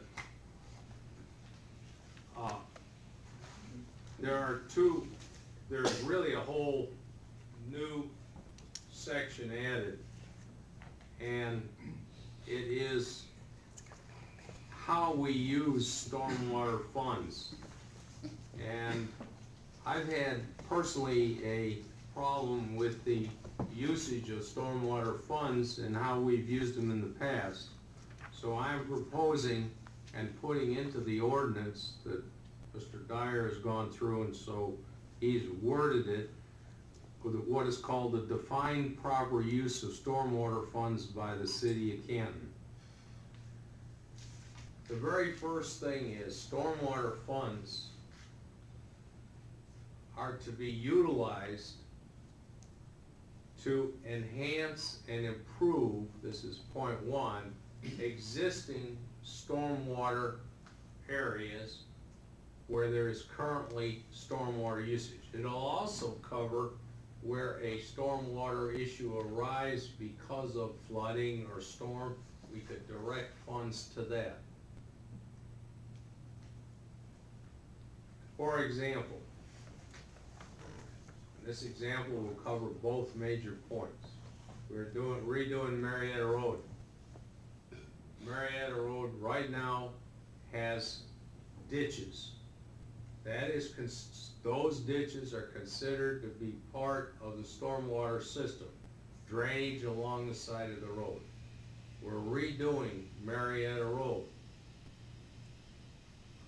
For us just to put ditches in there would not be any kind of enhancement or improvement. It would be repeating an inadequate method. We have much better methods today. So they will put in new stormwater drains because we're doing the road. So that is a defined proper use of stormwater funds to replace the existing method, which is a ditch, with stormwater drains. Now, going one step further, the other key point in here, relative to the use of the funds, we will be limited to the amount of funds that we can use for stormwater. Now, this won't apply to Marietta because it's already been budgeted and it's already been taken out of it. But in the future, if we have a project that's split 80-20 by the state, we will be limited to stormwater enhancements of only taking 20% of that stormwater enhancement from stormwater funds, because the state is also paying for that stormwater enhancement in their use of 80%. That is the major changes. If a business creates a stormwater issue, we make them pay for it. If we have a project that we undertake, and the best example is Etowah Park. Etowah Park.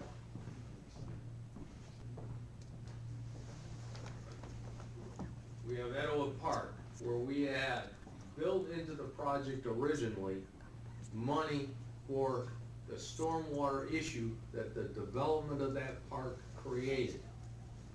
If we did nothing in that park, there was no stormwater issue there. But us making the park, or building the park, created a stormwater issue. And they had, the county does this, they had built the money into the project. What a prior council did is take that money out of the project, use it for something else, and then they took from stormwater money and put it back into the project. This would not allow such a thing to happen. It wouldn't allow it, because the money for stormwater in a new project should be contained within the project. That's basically what the ordinance says. Mayor? Mr. Goodman? Is that right, Bobby? Go ahead. I wanna ask you a question. If we build this new park and it floods, which the river does quite often, and it floods that new park, and it just puts mud everywhere and floods those fields, and we can't use them, we gotta go in there and clean them all. Can we use stormwater money for that or not? I would say yes under this, wouldn't you, Con? Yes, and that brings up a point that was brought up to me before the meeting, that we may need to reword this a little bit, because there are non-construction type money spent, like monitoring and so forth, and the way we've drafted it, we're only talking about construction. So we might have to eliminate that first sentence. The rest of it, I think, takes care of it, which is prohibiting the things that you want to prohibit. We may be too limiting in what we're allowing to be spent on. We'll talk about it in the next 2 weeks. Yeah, I think you can So say. our buildings, our pavilions, if they get washed away, we could rebuild them? The stormwater. I don't know that you can rebuild the pavilions. Well, it's stormwater, if it comes from a storm and it tears it up, why are we not using stormwater to rebuild? Certainly the council can do what they want, but we need to make sure if that's what you want, Because that we've addressed it. I've seen these, tear down ball fields and everything else, Well, at any point in time, an ordinance can be modified by this group to do whatever they want that ordinance to do, so. Mr. Mayor? Yes. Just a few minutes ago, I forget what subject it was that Mr. Cummings was discussing, but in his discussion, he talked about limiting his flexibility. Which subject was that? It was a couple of projects, just items here. You said you don't want to limit your flexibility. Well, I commend Mr. Cummings. He has a great knack of being able to write very well, in which he has done. But what he's also done is restrict. He's restricted a great deal here. To go back to the Etowah Park, if this was in place, we probably wouldn't have a park. So, I'm saying that, Might not have an amphitheater, but we'd have a park. Point of order with this man. But, if we don't do it right the first time, then we gotta come back and fix it, and then you're spending the money twice. And that is not smart. That's what you call penny wise, pound foolish. Penny wise and pound foolish. And you talk about a few minutes ago, you needed flexibility. And this council needs flexibility. This thing is just literally a lot of verbiage that could probably be said in just a few sentences. But we are managers, the people who elected us to be up here, to make decisions on certain things. And we should be able to do it without having a manual sit here and dictate every little thing that what we can and can't do. And this is severely restrictive on what we can do on future projects. That will be very good for the city. I'll be through in just a minute. It'll be very good for the city to do some of these projects for growth, for the things that we've all been talking about. But when you put handcuffs on the council on what they can and can't do, I just think it's atrocity. And besides, he sat there just a minute ago and talks about he's got to have flexibility. Go ahead. First of all, the county does it this way. I'm just gonna tell you, the county and their use of stormwater funds is for stormwater purposes. They include in the projects the money they need for stormwater. In fact, you can see that in the 2 parks that the county planned for us. That's how the process is, and in most places they do it. It doesn't restrict or limit your flexibility, because you at any point in time can sit as a council and change this ordinance after good and deliberate thought to do whatever you want. 2 years from now, a council might come and say, we don't like this, we'll do it another way. And that's the process. But when we have an open checkbook and we don't respect what the citizens pay in terms of stormwater, and we just use it carte blanche anywhere we want to use it, I'm against that. I would agree with you totally, Mr. Cummings, and I don't think the previous council even came close to doing what you described. Well, open checkbook and just do as they want to do. There was a lot of discussion and you participated in it. Okay. All right, we need to revisit the quorum here again, because we're getting back and forth a little more. I'll let that kind of go, because as long as we can do that, but it kind of gets out of control. Let's go back like our thing says here. We can do that. But I don't think that and I could be wrong, but I'm not sure that when the stormwater fee was put into place, that it was basically sold to the public as being used for new projects like that. That's kind of way I kind of believe it was to repair and to protect the river. and the water quality that, of the river water that we're taking out for drinking water. I think that was the purpose of it. Where there's problems, we need to address those. And I don't believe it was intended myself to build new projects. You know, I think a project should stand on its own. If you're gonna build a park, if you're gonna build a building, you gotta put bathrooms in it, you know? That's part of it, you know? And if you're gonna go out and develop a tract of land into a park, you know, sewage is gonna be part of that. So that's part of the cost of that park, and not really anything to do with, in my opinion, stormwater at that point. But sewage is not part of stormwater. Sewage goes to the sewer plant. I understand. Anyone else? I think the intent of the ordinance to begin with perhaps was not to include damage from storms by way of water. In other words, if we have a big storm and it destroys the bridge, that could break if you say, if you're, to your point, Mr. Goodman, is that the bridge gets wiped out, all this beautiful superstructure of wood that gets wiped out by high water, that would absolutely break the budget of the stormwater. I don't think it was intended to do that, but we could look at that, but I just don't think it was, maybe, to me, it's even a stretch having to clean up the park if you get tons of dirt there, but I don't know, we could make it anything we want. I just don't think that was the original intent. Okay, anyone else? All right, next item. Discussion to repeal the fire district ordinance. Councilman Cummings. Gonna have a hoarse voice by the time I get through tonight, I guess. We passed a fire district ordinance, or it was passed by the prior council. And to me, it's a totally unnecessary ordinance. And correct me if I'm wrong, Mr. Dyer, or if you can correct me, but there is nothing we can't do as a city that this ordinance allows us to do, that we can't do as a city. So it's an ordinance with no benefit whatsoever. Is that a fair statement? As the present rules, no, it's not. So I'd like Mr. Dyer to answer that question, if I made a correct statement there. Any tax fee or assessments you can charge in the district, you can charge. Except As for, a city. As the city, right? it's as long as you got exemptions, you have to do away with the exemptions first. Not if it's a fee. Okay, carry on.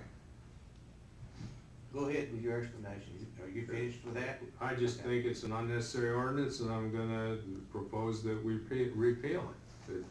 Because we can do everything as a city without this ordinance. And why carry an ordinance on the books that has absolutely, really no value? Well, you know, to me, on that issue, the only purpose that served and the intent of it was to bypass the senior exemption. I mean, that was all it did. And it was a way to go around the senior exemption and get by with that.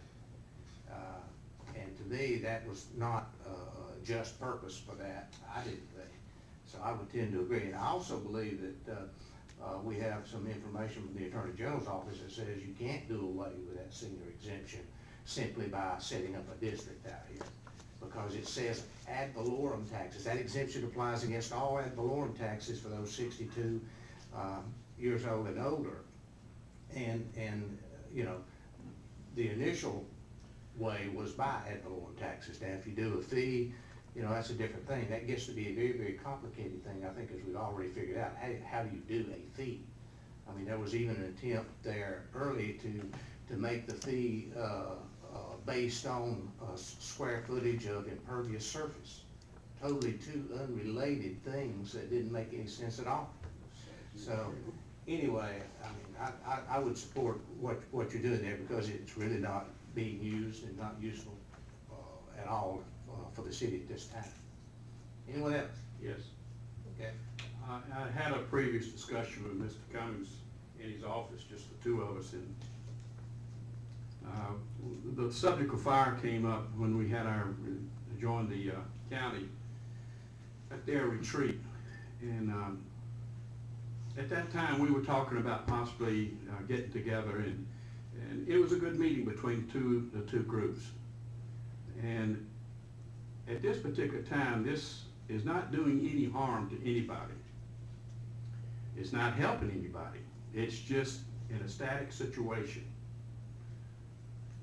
Which means, when Mr. Cummings, if this comes about, and we don't know whether he is or not, sits down and starts negotiating possibly with the county on certain things that were discussed up there, I think it's only wise to have every card that you could possibly hold in your hand in those negotiations.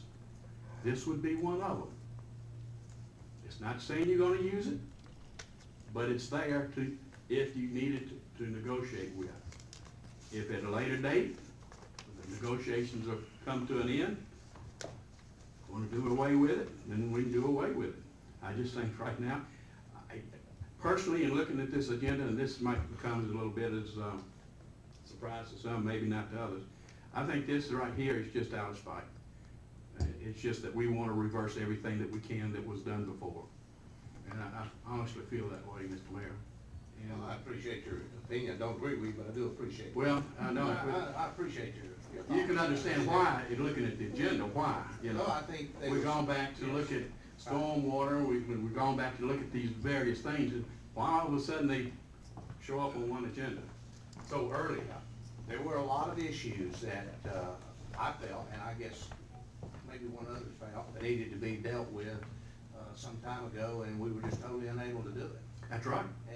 But I think now, we may be able to do some of those things. Well, we can, and I know you plan to, but I do want to make a statement that some of these things are strictly out of spite. This right here, this right here is not doing any harm, is not doing any good, but it could be used. Okay. I appreciate that. Anyone else? Mr. Scott? Just one last point. Many of these issues were discussed and are being readdressed. And they're being readdressed because I think the citizens have told us via the election that a lot of these are issues that they didn't agree with that were done heretofore. And I'm just going based on what citizens have told me they want and moving forward. So I don't see it as vindictive or anything like that. I see it as a pure thing. I didn't agree with it then. The citizens have put a council here. If this council agrees with the way it is currently, they'll have the option of not voting for these. I understand the process. Okay. All right, the next item. Discussion of the land disturbance ordinance amendment. Mr. Cummings. Currently, we have a land disturbance ordinance that applies to 1 acre or more. And what currently is allowed is if there is within a plat of less than, or in a plat of a subdivision, a lot of less than 1 acre, there is no control over land disturbance. It's exempt in the current ordinance. This will take any lot within a subdivision will be required to, no matter what the size, will be required to adhere to the ordinance or permitting process. I.e., what brought this about is there was a massive movement from a single lot of 150 or more truckloads of dirt without any review by the city as to what impact that had possibly on drainage or anything else from approximately a quarter to a third acre of lot. This will now require, if there is no building permit on the lot to build, they will have to have a review before they can move or disturb the land. And that's all it does, is it removes the exemption in a plotted subdivision or a platted subdivision to a lower level of control. Al, let me ask this question. If there's, in other words, there's not a minimum size, right? In other words, what happens if somebody goes out and tries to plant a garden on the vacant lot? I'm just saying, to the point of ridiculousness, really, but or maybe I go out and I haul 2 or 3 wheelbarrow loads of dirt. I mean, if there's no minimum, how do you enforce something? They would all, you have to get, I mean, I think at a minimum, you have to get a permit. I think there's always gonna be enforcement issues, because you gotta know if somebody's doing it. But I thought we were finding gardens in here. Well, Oh, yeah. except on a vacant lot. If you're, what we say is if there's a house on the lot, or you get a building permit, you're okay. But if you have a house and you own the lot next door, that vacant lot would be under this. Because it's very difficult to describe that vacant lot to say gardens, but not stop what you're trying to stop. You'd have to get into defining gardens. But not all gardens would be land disturbance activities, because that's clear. I mean, that's when you're actually moving the dirt. You're just playing, I'm not sure garden is land disturbance, but that would be an issue. But to answer your question, if it's a vacant lot, it would be under the ordinance. In a platted subdivision. In a platted subdivision. Does it have to be a subdivision? Well, That's what I drafted, and I just made the assumption that you don't wanna regulate a .9 acre lot that's on Highway 20, not in the subdivision. That you wanted them to have the exemption. If you want to cover every lot under an acre, we can, but that didn't really seem to be what we were trying to address. Yeah, most of the lots in the subdivisions, are designed for building a house at some eventual point. And this would prevent them from just disturbing the land unless they were in the process of building a house. Mr. Mayor, but would it not be most likely in a non-subdivision is where you would have the greatest potential of moving that amount of dirt that would cause an erosion situation, where in a subdivision, I would think that would be an unusual situation. 150 roughly. Yeah, that's big. Somebody's just filling in a big hole like Yeah, that. and when we got all the dirt in the well up here, they can have. Yeah. So it's based on lot size, not cubic yards or anything like that.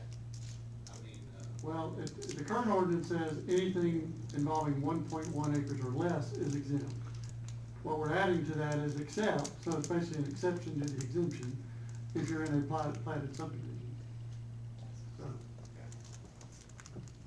anyone else have a question on that? Okay.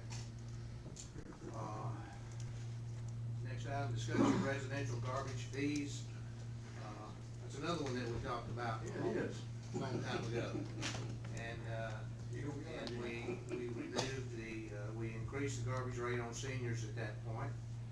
And I think that that's something that we need to take a look at, this council, whether or not they want to return to the original $7.50 or whatever it was. I think that's what it was for the seniors. However, I would also ask that we look at all fees on garbage, since we have, on an annual basis, we're pushing a couple $100,000 or more than the cost of that service. So, I mean, I feel pretty strongly that as many services as we can, we don't really need to charge in utilities a lot more than it takes to actually operate that utility or service effectively. So, I mean, it'll be up to this council, but that's the reason I put that on there, because it was, the garbage fees were increased for seniors and not for anyone else. And the others were already paying, what, $16.50 or something like that, I think. So, quite honestly, I feel like both could be reduced and still, maintain a good differential between the seniors and the other users. So we'll take a look at that. Anybody have any comments? Ma'am. Yes, ma'am. Is it itemized, our administrative costs for, billing and receiving payments for our clerical staff to, do the billing and receive, so that we have an amount that we're charged by Waste Management? What is our administrative cost addition to that? You want to answer? Go ahead. No, it's not, because you understand in your bill, on your water bill, there's a multitude of charges. You got waters, you got sewer, you got stormwater, you got sanitation on most bills. We've got some where we only got sanitation, we got some where we only got water. I guess we got some where we only got sewer and the water's done by somebody else. So there's and I don't know what the breakout is, but the grand total of the bill, whatever that bill monthly is what we collect, and it would be very hard to discern how much labor we could say was specific to sanitation relative to the billing process, because it's included with water and sewer and everything else. So I think it would be very difficult to arrive at a cost, and I don't think we'd save much because we just happen to have either a $10.50 or $16.50 additional charge printed on the bill. They're gonna book the total amount of the payment made. So you got water, sewer, stormwater, and garbage all together there, you know. So if you didn't have garbage on there, would you have the same amount of labor? Very likely. Very likely. Okay. You gotta look over this. I'm sorry. You get my attention. Yeah, Russ, go ahead. Yeah, I think at the end of the day, we really, as a council, have to decide whether we want to be in the garbage business. I mean, everybody talks about how much Woodstock pays for garbage. Well, I think they pay $10. Doesn't matter if it's senior or whatever, and probably nobody would object if everybody paid the senior rate, but it's because Waste Management bills direct. Do we want to be in the garbage business? I think a better question maybe from Sandy might be how much time, other than that one line item, which doesn't affect much on the bill, does the staff spend on days like last week? I can assure you, everybody was trying to figure out whether there was going to be a garbage pickup on Wednesday in River Green, because that was an issue that came to me. But the point is, I mean, how much time is being spent on people calling our staff to say they want recycling bins, they want more garbage bins? I mean, there's a time factor here with managing garbage. I think we're really making money on garbage if we want to admit it. We're net making money. And the question really has to be, at the end of the day, do we want to continue to do that, or do we want to pass the costs to the citizens for the money that we're making right now? That's good, very good points, hey, Mr. Canton. Last point, our contract with Waste Management is up in October, and we have it internally to take a review of all the various options. One of those would be, should we be in the garbage business at all? Where are our costs? I don't currently know. I haven't gotten to that point in the last 3 weeks of looking at specifically what it costs us to administrate the people getting garbage receptacles, return them, how that works. I don't know that process yet, but I will definitely look into that process to see how much administrative time is.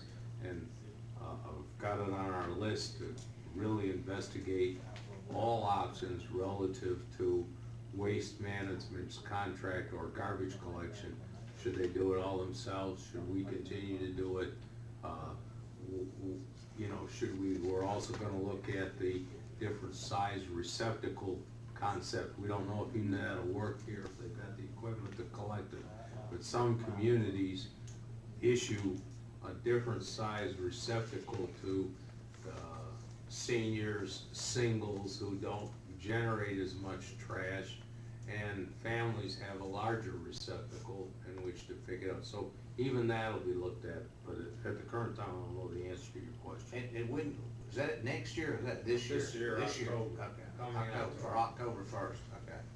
we probably need to start that We are, fairly quickly, because, we'll have to get some. we've already proposals in. started. Good. I was meeting with Vic Knight on another issue, who's the representative of Waste Management. And he was saying that, I believe it's Woodstock, has gone to a larger container on recycle. Because recycle is growing, and he has a good measure on that. And it is really growing, which helps us all. It really helps us all. But if you look around, sometimes you'll see those recycle bins are the ones that really get tested as far as capacity. Yeah, a lot of people have either the small square rectangular one, or you get the full size bin, you know, and it's only like, what is it, $1.25, $1.45, or something like that, a month more for the big one. And the small ones, I think, are free, and the big ones, a little bit more, but we end up having a good bit more of the recycle, but, yeah, for sure. All right. Next item. Discussion of the reservoir building change order. Last year, as the council members that were here last year and members of the public that attended meetings know that we had an extensively long discussion on the building of the reservoir. One particular councilman thought it was the Taj Mahal, and we went on and on and on, and we spent an extensive amount of time without making a decision to proceed with the reservoir building. When we created that delay in decision-making, the architect put all of his plans aside. He was on hold for a period of at least 6 months. Now, as it happens with engineers or anybody that does that type of work, if they leave a project unattended for 6 months, the startup of that project again, at a much later time or with a lapse of time, requires a review of the work that's already been done. The architect submitted a request for $4,700 for restart time, and it was brought down to $3,600 because of his requirement to repeat processes that he had already performed due to our indecision. And that's what that is to ask whether or not to approve the building change order or the change order to pay that architect for the extra hours that he incurred to restart the project. I guess my question would be, if he had caused the delay, would he be paying us? Well, My guess is not, but, I mean, what happens if we don't pay that? Yeah, what option do we have, really? Well, yeah, I mean, you could say we're not gonna pay it, and I mean, you know, I mean, that's an option. The point is the request has been made, and, there is argument that extra hours were spent. Now, whether you wanna do that or not, that's up to the council to decide, but I have to bring it forward because it is a change. the option I would suggest is pay the lower amount and just let him know that future bidding, we'll take that into consideration. The lower amount is $3,600. Yeah, but on future bids, and there will be future bids coming out for him, we'll take that into some serious consideration in how we treat it. Anyone else? We'll make a decision on that in the next meeting, so that'll be. We're not gonna delay in the future. What's that? We're not gonna have any delays in the future. Yeah, right. Okay, the next item, discussion of the reservoir annual parking fee. It was suggested to me that our fee is high at $100. Cherokee County charges $50, and I'm on an annual fee. And I'll probably make the motion next time that we reduce our annual fee for parking at the reservoir to $50. that's all that You is. know how far it is to Cherokee's Reservoir? No, but Convenient. not to the people that live up by Cherokee's Reservoir. Glenn, how many people pay the annual fee? I don't have that answer, but I don't think they're, Nathan, is you still here? Do you know how many people? What? One. One. Wow, that's a pretty easy decision then. Okay, next item. All right. Discussion of the Main Street Pedestrian Connector Management Contract. Now we're getting started.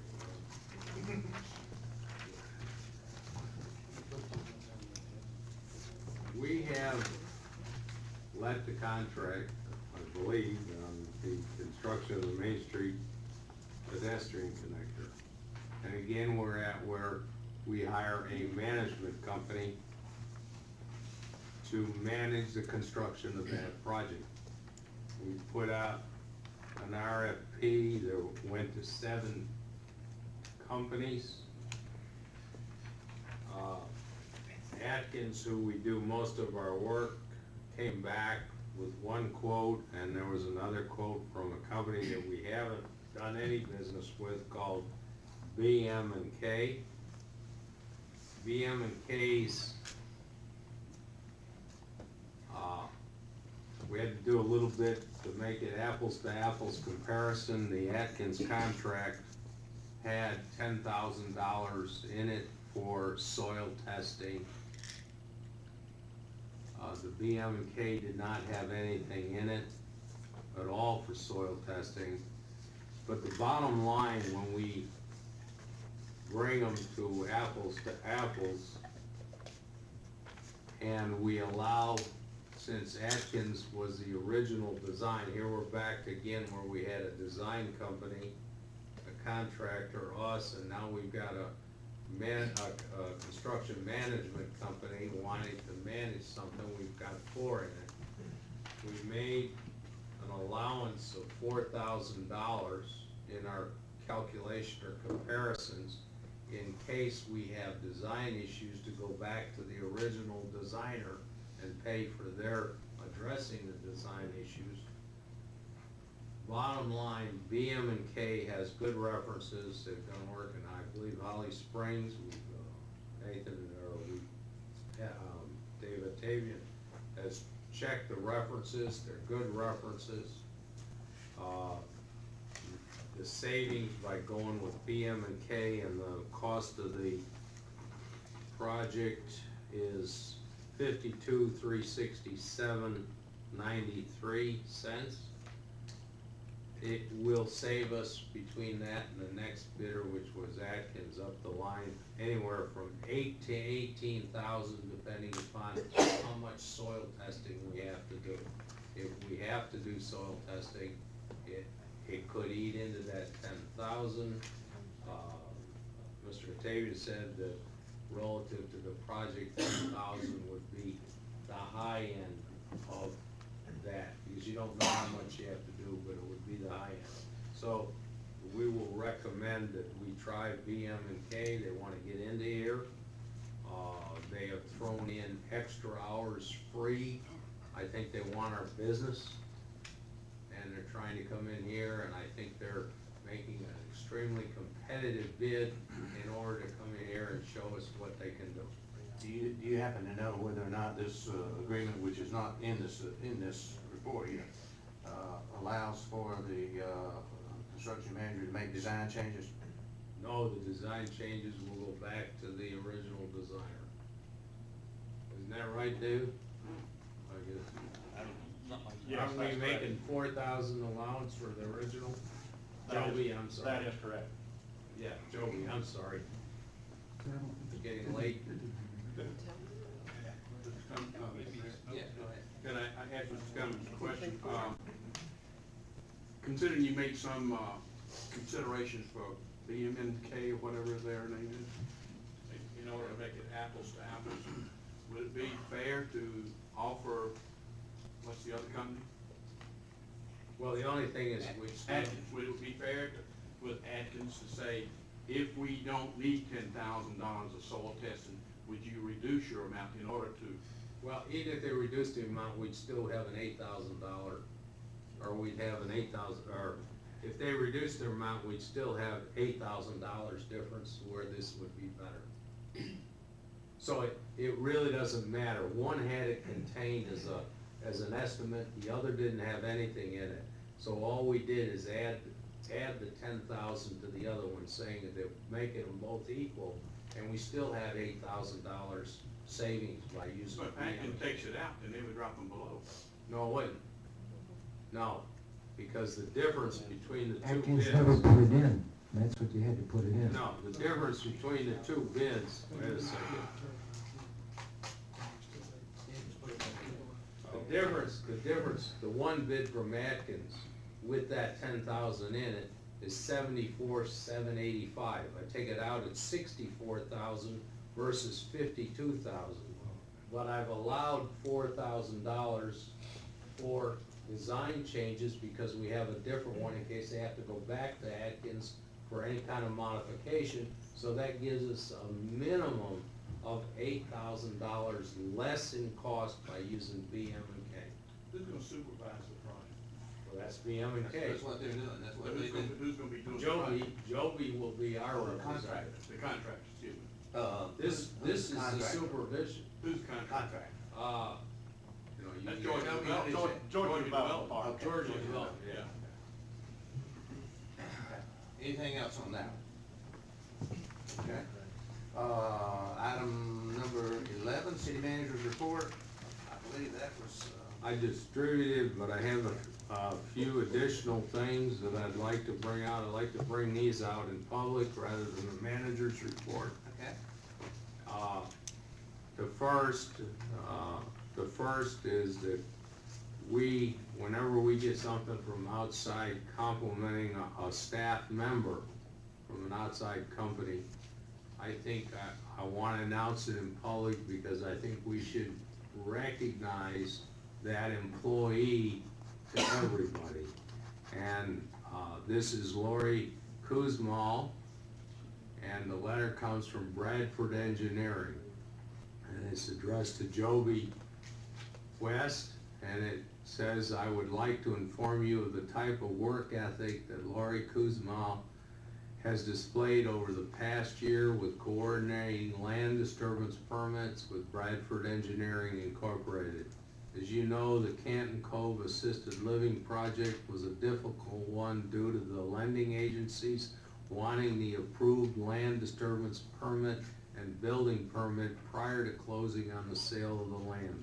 Lori worked with me on several issues, including fire flow tests, zoning issues, and Georgia GDOT permits to expedite the approval of this project. Her attitude toward trying to get the job done should be acknowledged because most permitting authorities do not have someone with her abilities and kindness. Again, it's a pleasure working with Lori on the project permitting with City of Canton, and I thought that should be recognized in open public. The second one that I have is to our finance officer, our CFO, and his staff. Is the Government Finance Officers Association of the United States and Canada, GFOA, awarded a Certificate of Achievement for Excellence in Financial Reporting to the City of Canton for its comprehensive annual financial report for the fiscal year ended September 30th, 2012. They lag a little bit on it. This is the 13th consecutive year that the city has received this award. In order to be awarded a Certificate of Achievement, a governmental unit must publish an easily readable and efficiently organized comprehensive annual financial report. This report must satisfy both generally accepted accounting principles and applicable legal requirements. And that's all I need, but I think we ought to recognize there. The other quick things that I have is that we started a new process in management. We started on any major incident. I used this in private enterprise and I brought it into the city. It's, the title on it is called Incident Analysis. And what you do is you bring all involved after a major incident, and we had 2 major incidents in the last 10 days. One was a major water break, and the other was our winter storm. And what this incident analysis does, and all the feedback I've gotten from staff, is it was very beneficial. It goes back and looks at how we addressed the incident, and it forms and questions whether or not we could have done it better, sooner, a different way, and it develops from that incident analysis a series of possible recommendations of what we can do should we get an occurrence again of that same type of incident. Now, I have not finalized this, so the numbers I'm quoting stand to be corrected, but coming out of the winter storm with, and when we get to budgeting, we're gonna look at maybe doing this, that with relatively minimal amounts relative to our total budget, we could address the sanding and salting and the clearing of our streets up to 4 times faster than we did in the last one by making minimal investments. Now, it may end up only being 3 times faster. I don't know, because we've only looked at ideas. It's a brainstorming idea where you just do a complete post-mortem on the incident. So that's into effect now on every major incident. The other thing for council, Mr. Hatavian has offered to give you, the new council members, or even the older council members, the ones that have been here before, visit to both the water and the wastewater treatment plants. And he'll set that up. If you're interested, please contact him. And then a good piece of news, which tells us the economy is turning around. We budget $225,000 a month for sales tax revenue. In the month of January, we received $305,000, or $80,000 more than what we budgeted. So it is, from our appearance, the economy is improving because our revenues are improving. And that's all I have. And the discount mall is selling lots too, you know. That's where a lot of that came from, I'm sure. Yeah. Yeah. That's good. Could I ask the city manager one question? Mr. Cummins, on your incident analysis, when you do this, I'm just curious, do you have all the staff there, or only the department heads affected by the incident?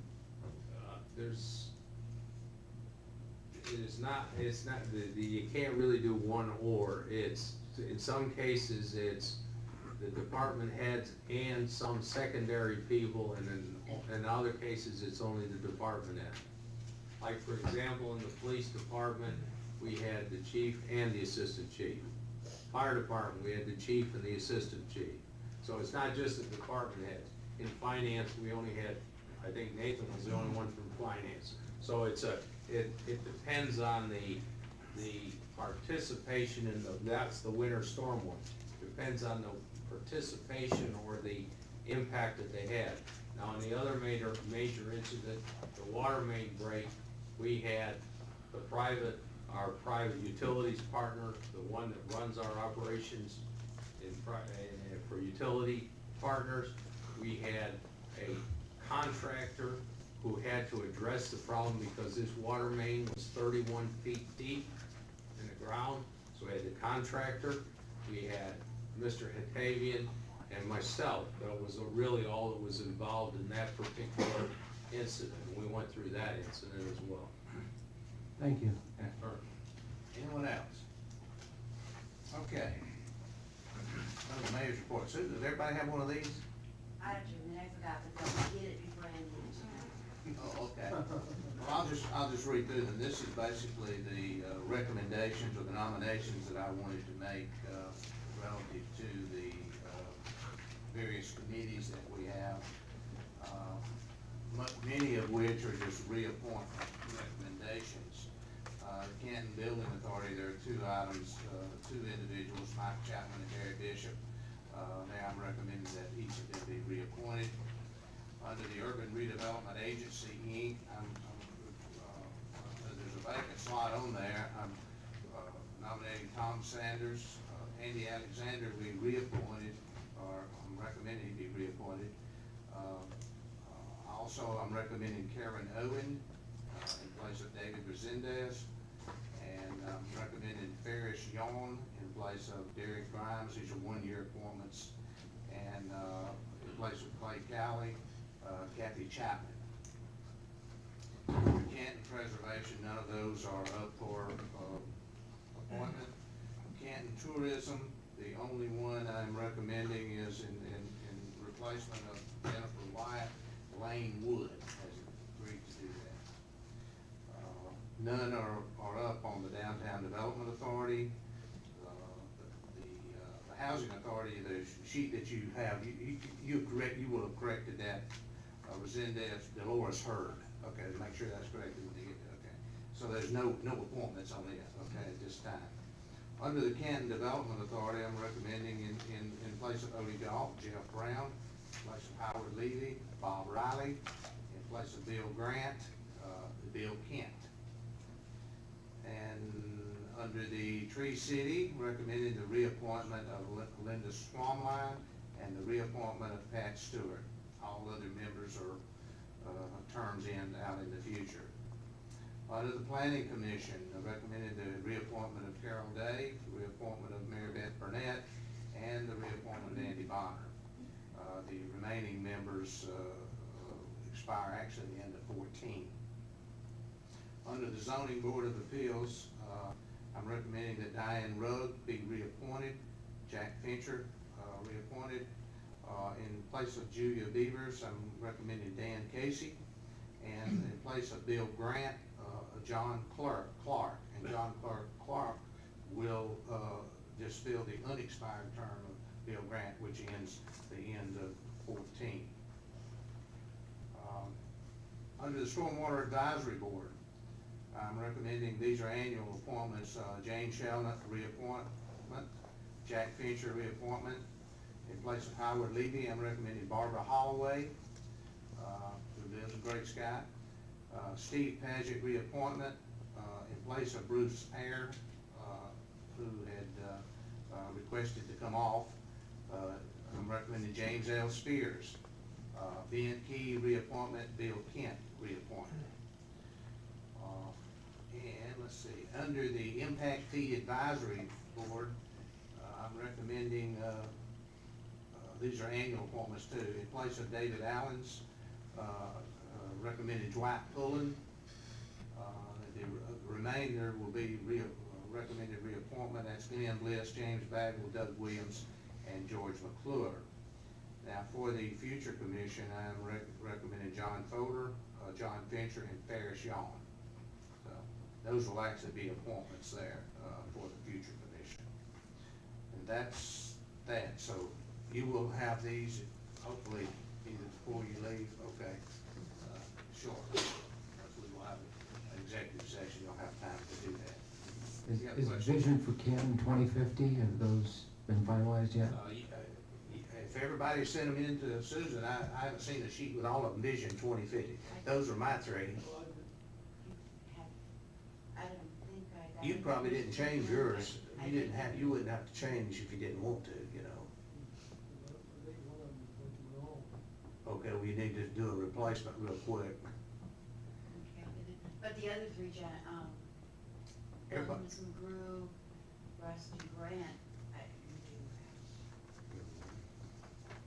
do. We need one sheet with all those on them, if you don't mind, get those for us. Okay. Bill, who was it you appointed? You had three there? Mary Pujo, Brandon Young, and Mickey Farley. Okay. Ben Key, I had Tim McCraddock, and my third one, I'm trying to think of, I'll think of it in a second. Go ahead, okay. Good. Okay. The same ones. You got the same folks, okay. Yeah, that's been a while, hasn't it, yeah. But we'll get everybody a sheet with those on them too, and if there's one that had wanted off or something, we'll do that. You had three. You want? Sure, just go ahead. Eileen Stout, Linda Panzica, and Pat Turner. Right, okay. Anyone else? Yeah, me. Jennifer Dunn is staying on, Corey Wilson is staying on, and to replace John Rust, who was my appointment, will be Bob Riley. Okay, very good. All right. The only other thing I wanted to do here, there's been a good bit of discussion about having a Citizens Communication Advisory Committee. And I know there had been quite a bit of communication about that, to be quite honestly. And what I see that as, hopefully others would as well, is that how's the best way to communicate with the public? How's the best way to get the word out? Whatever that word is, how to do it. I don't think there's one way. I don't think there is one way. I think there's probably many ways that we have to use. And I know that I would like to ask that Diane Rugg and John Fincher work together, and I would like to ask Ms. McGrew if she would be sort of the council liaison to that communication committee. Sure. And if you need to add other members, and you may want to do that, but other citizen members, I think would be good to do that. I'd like to know if I could call on Ms. Ways occasionally to help us in the technology area in implementing communication. You would need to work very closely with her, absolutely. So, and I'm sure she would be happy to work with you on this. So, we need to make sure we have the most effective way of communicating with the citizens here. Okay, I'll entertain a motion to adjourn and go to executive session, discuss personnel. Have a motion? Second. Those in favor signify by saying aye. We will not be coming out for any action after we finish our executive session.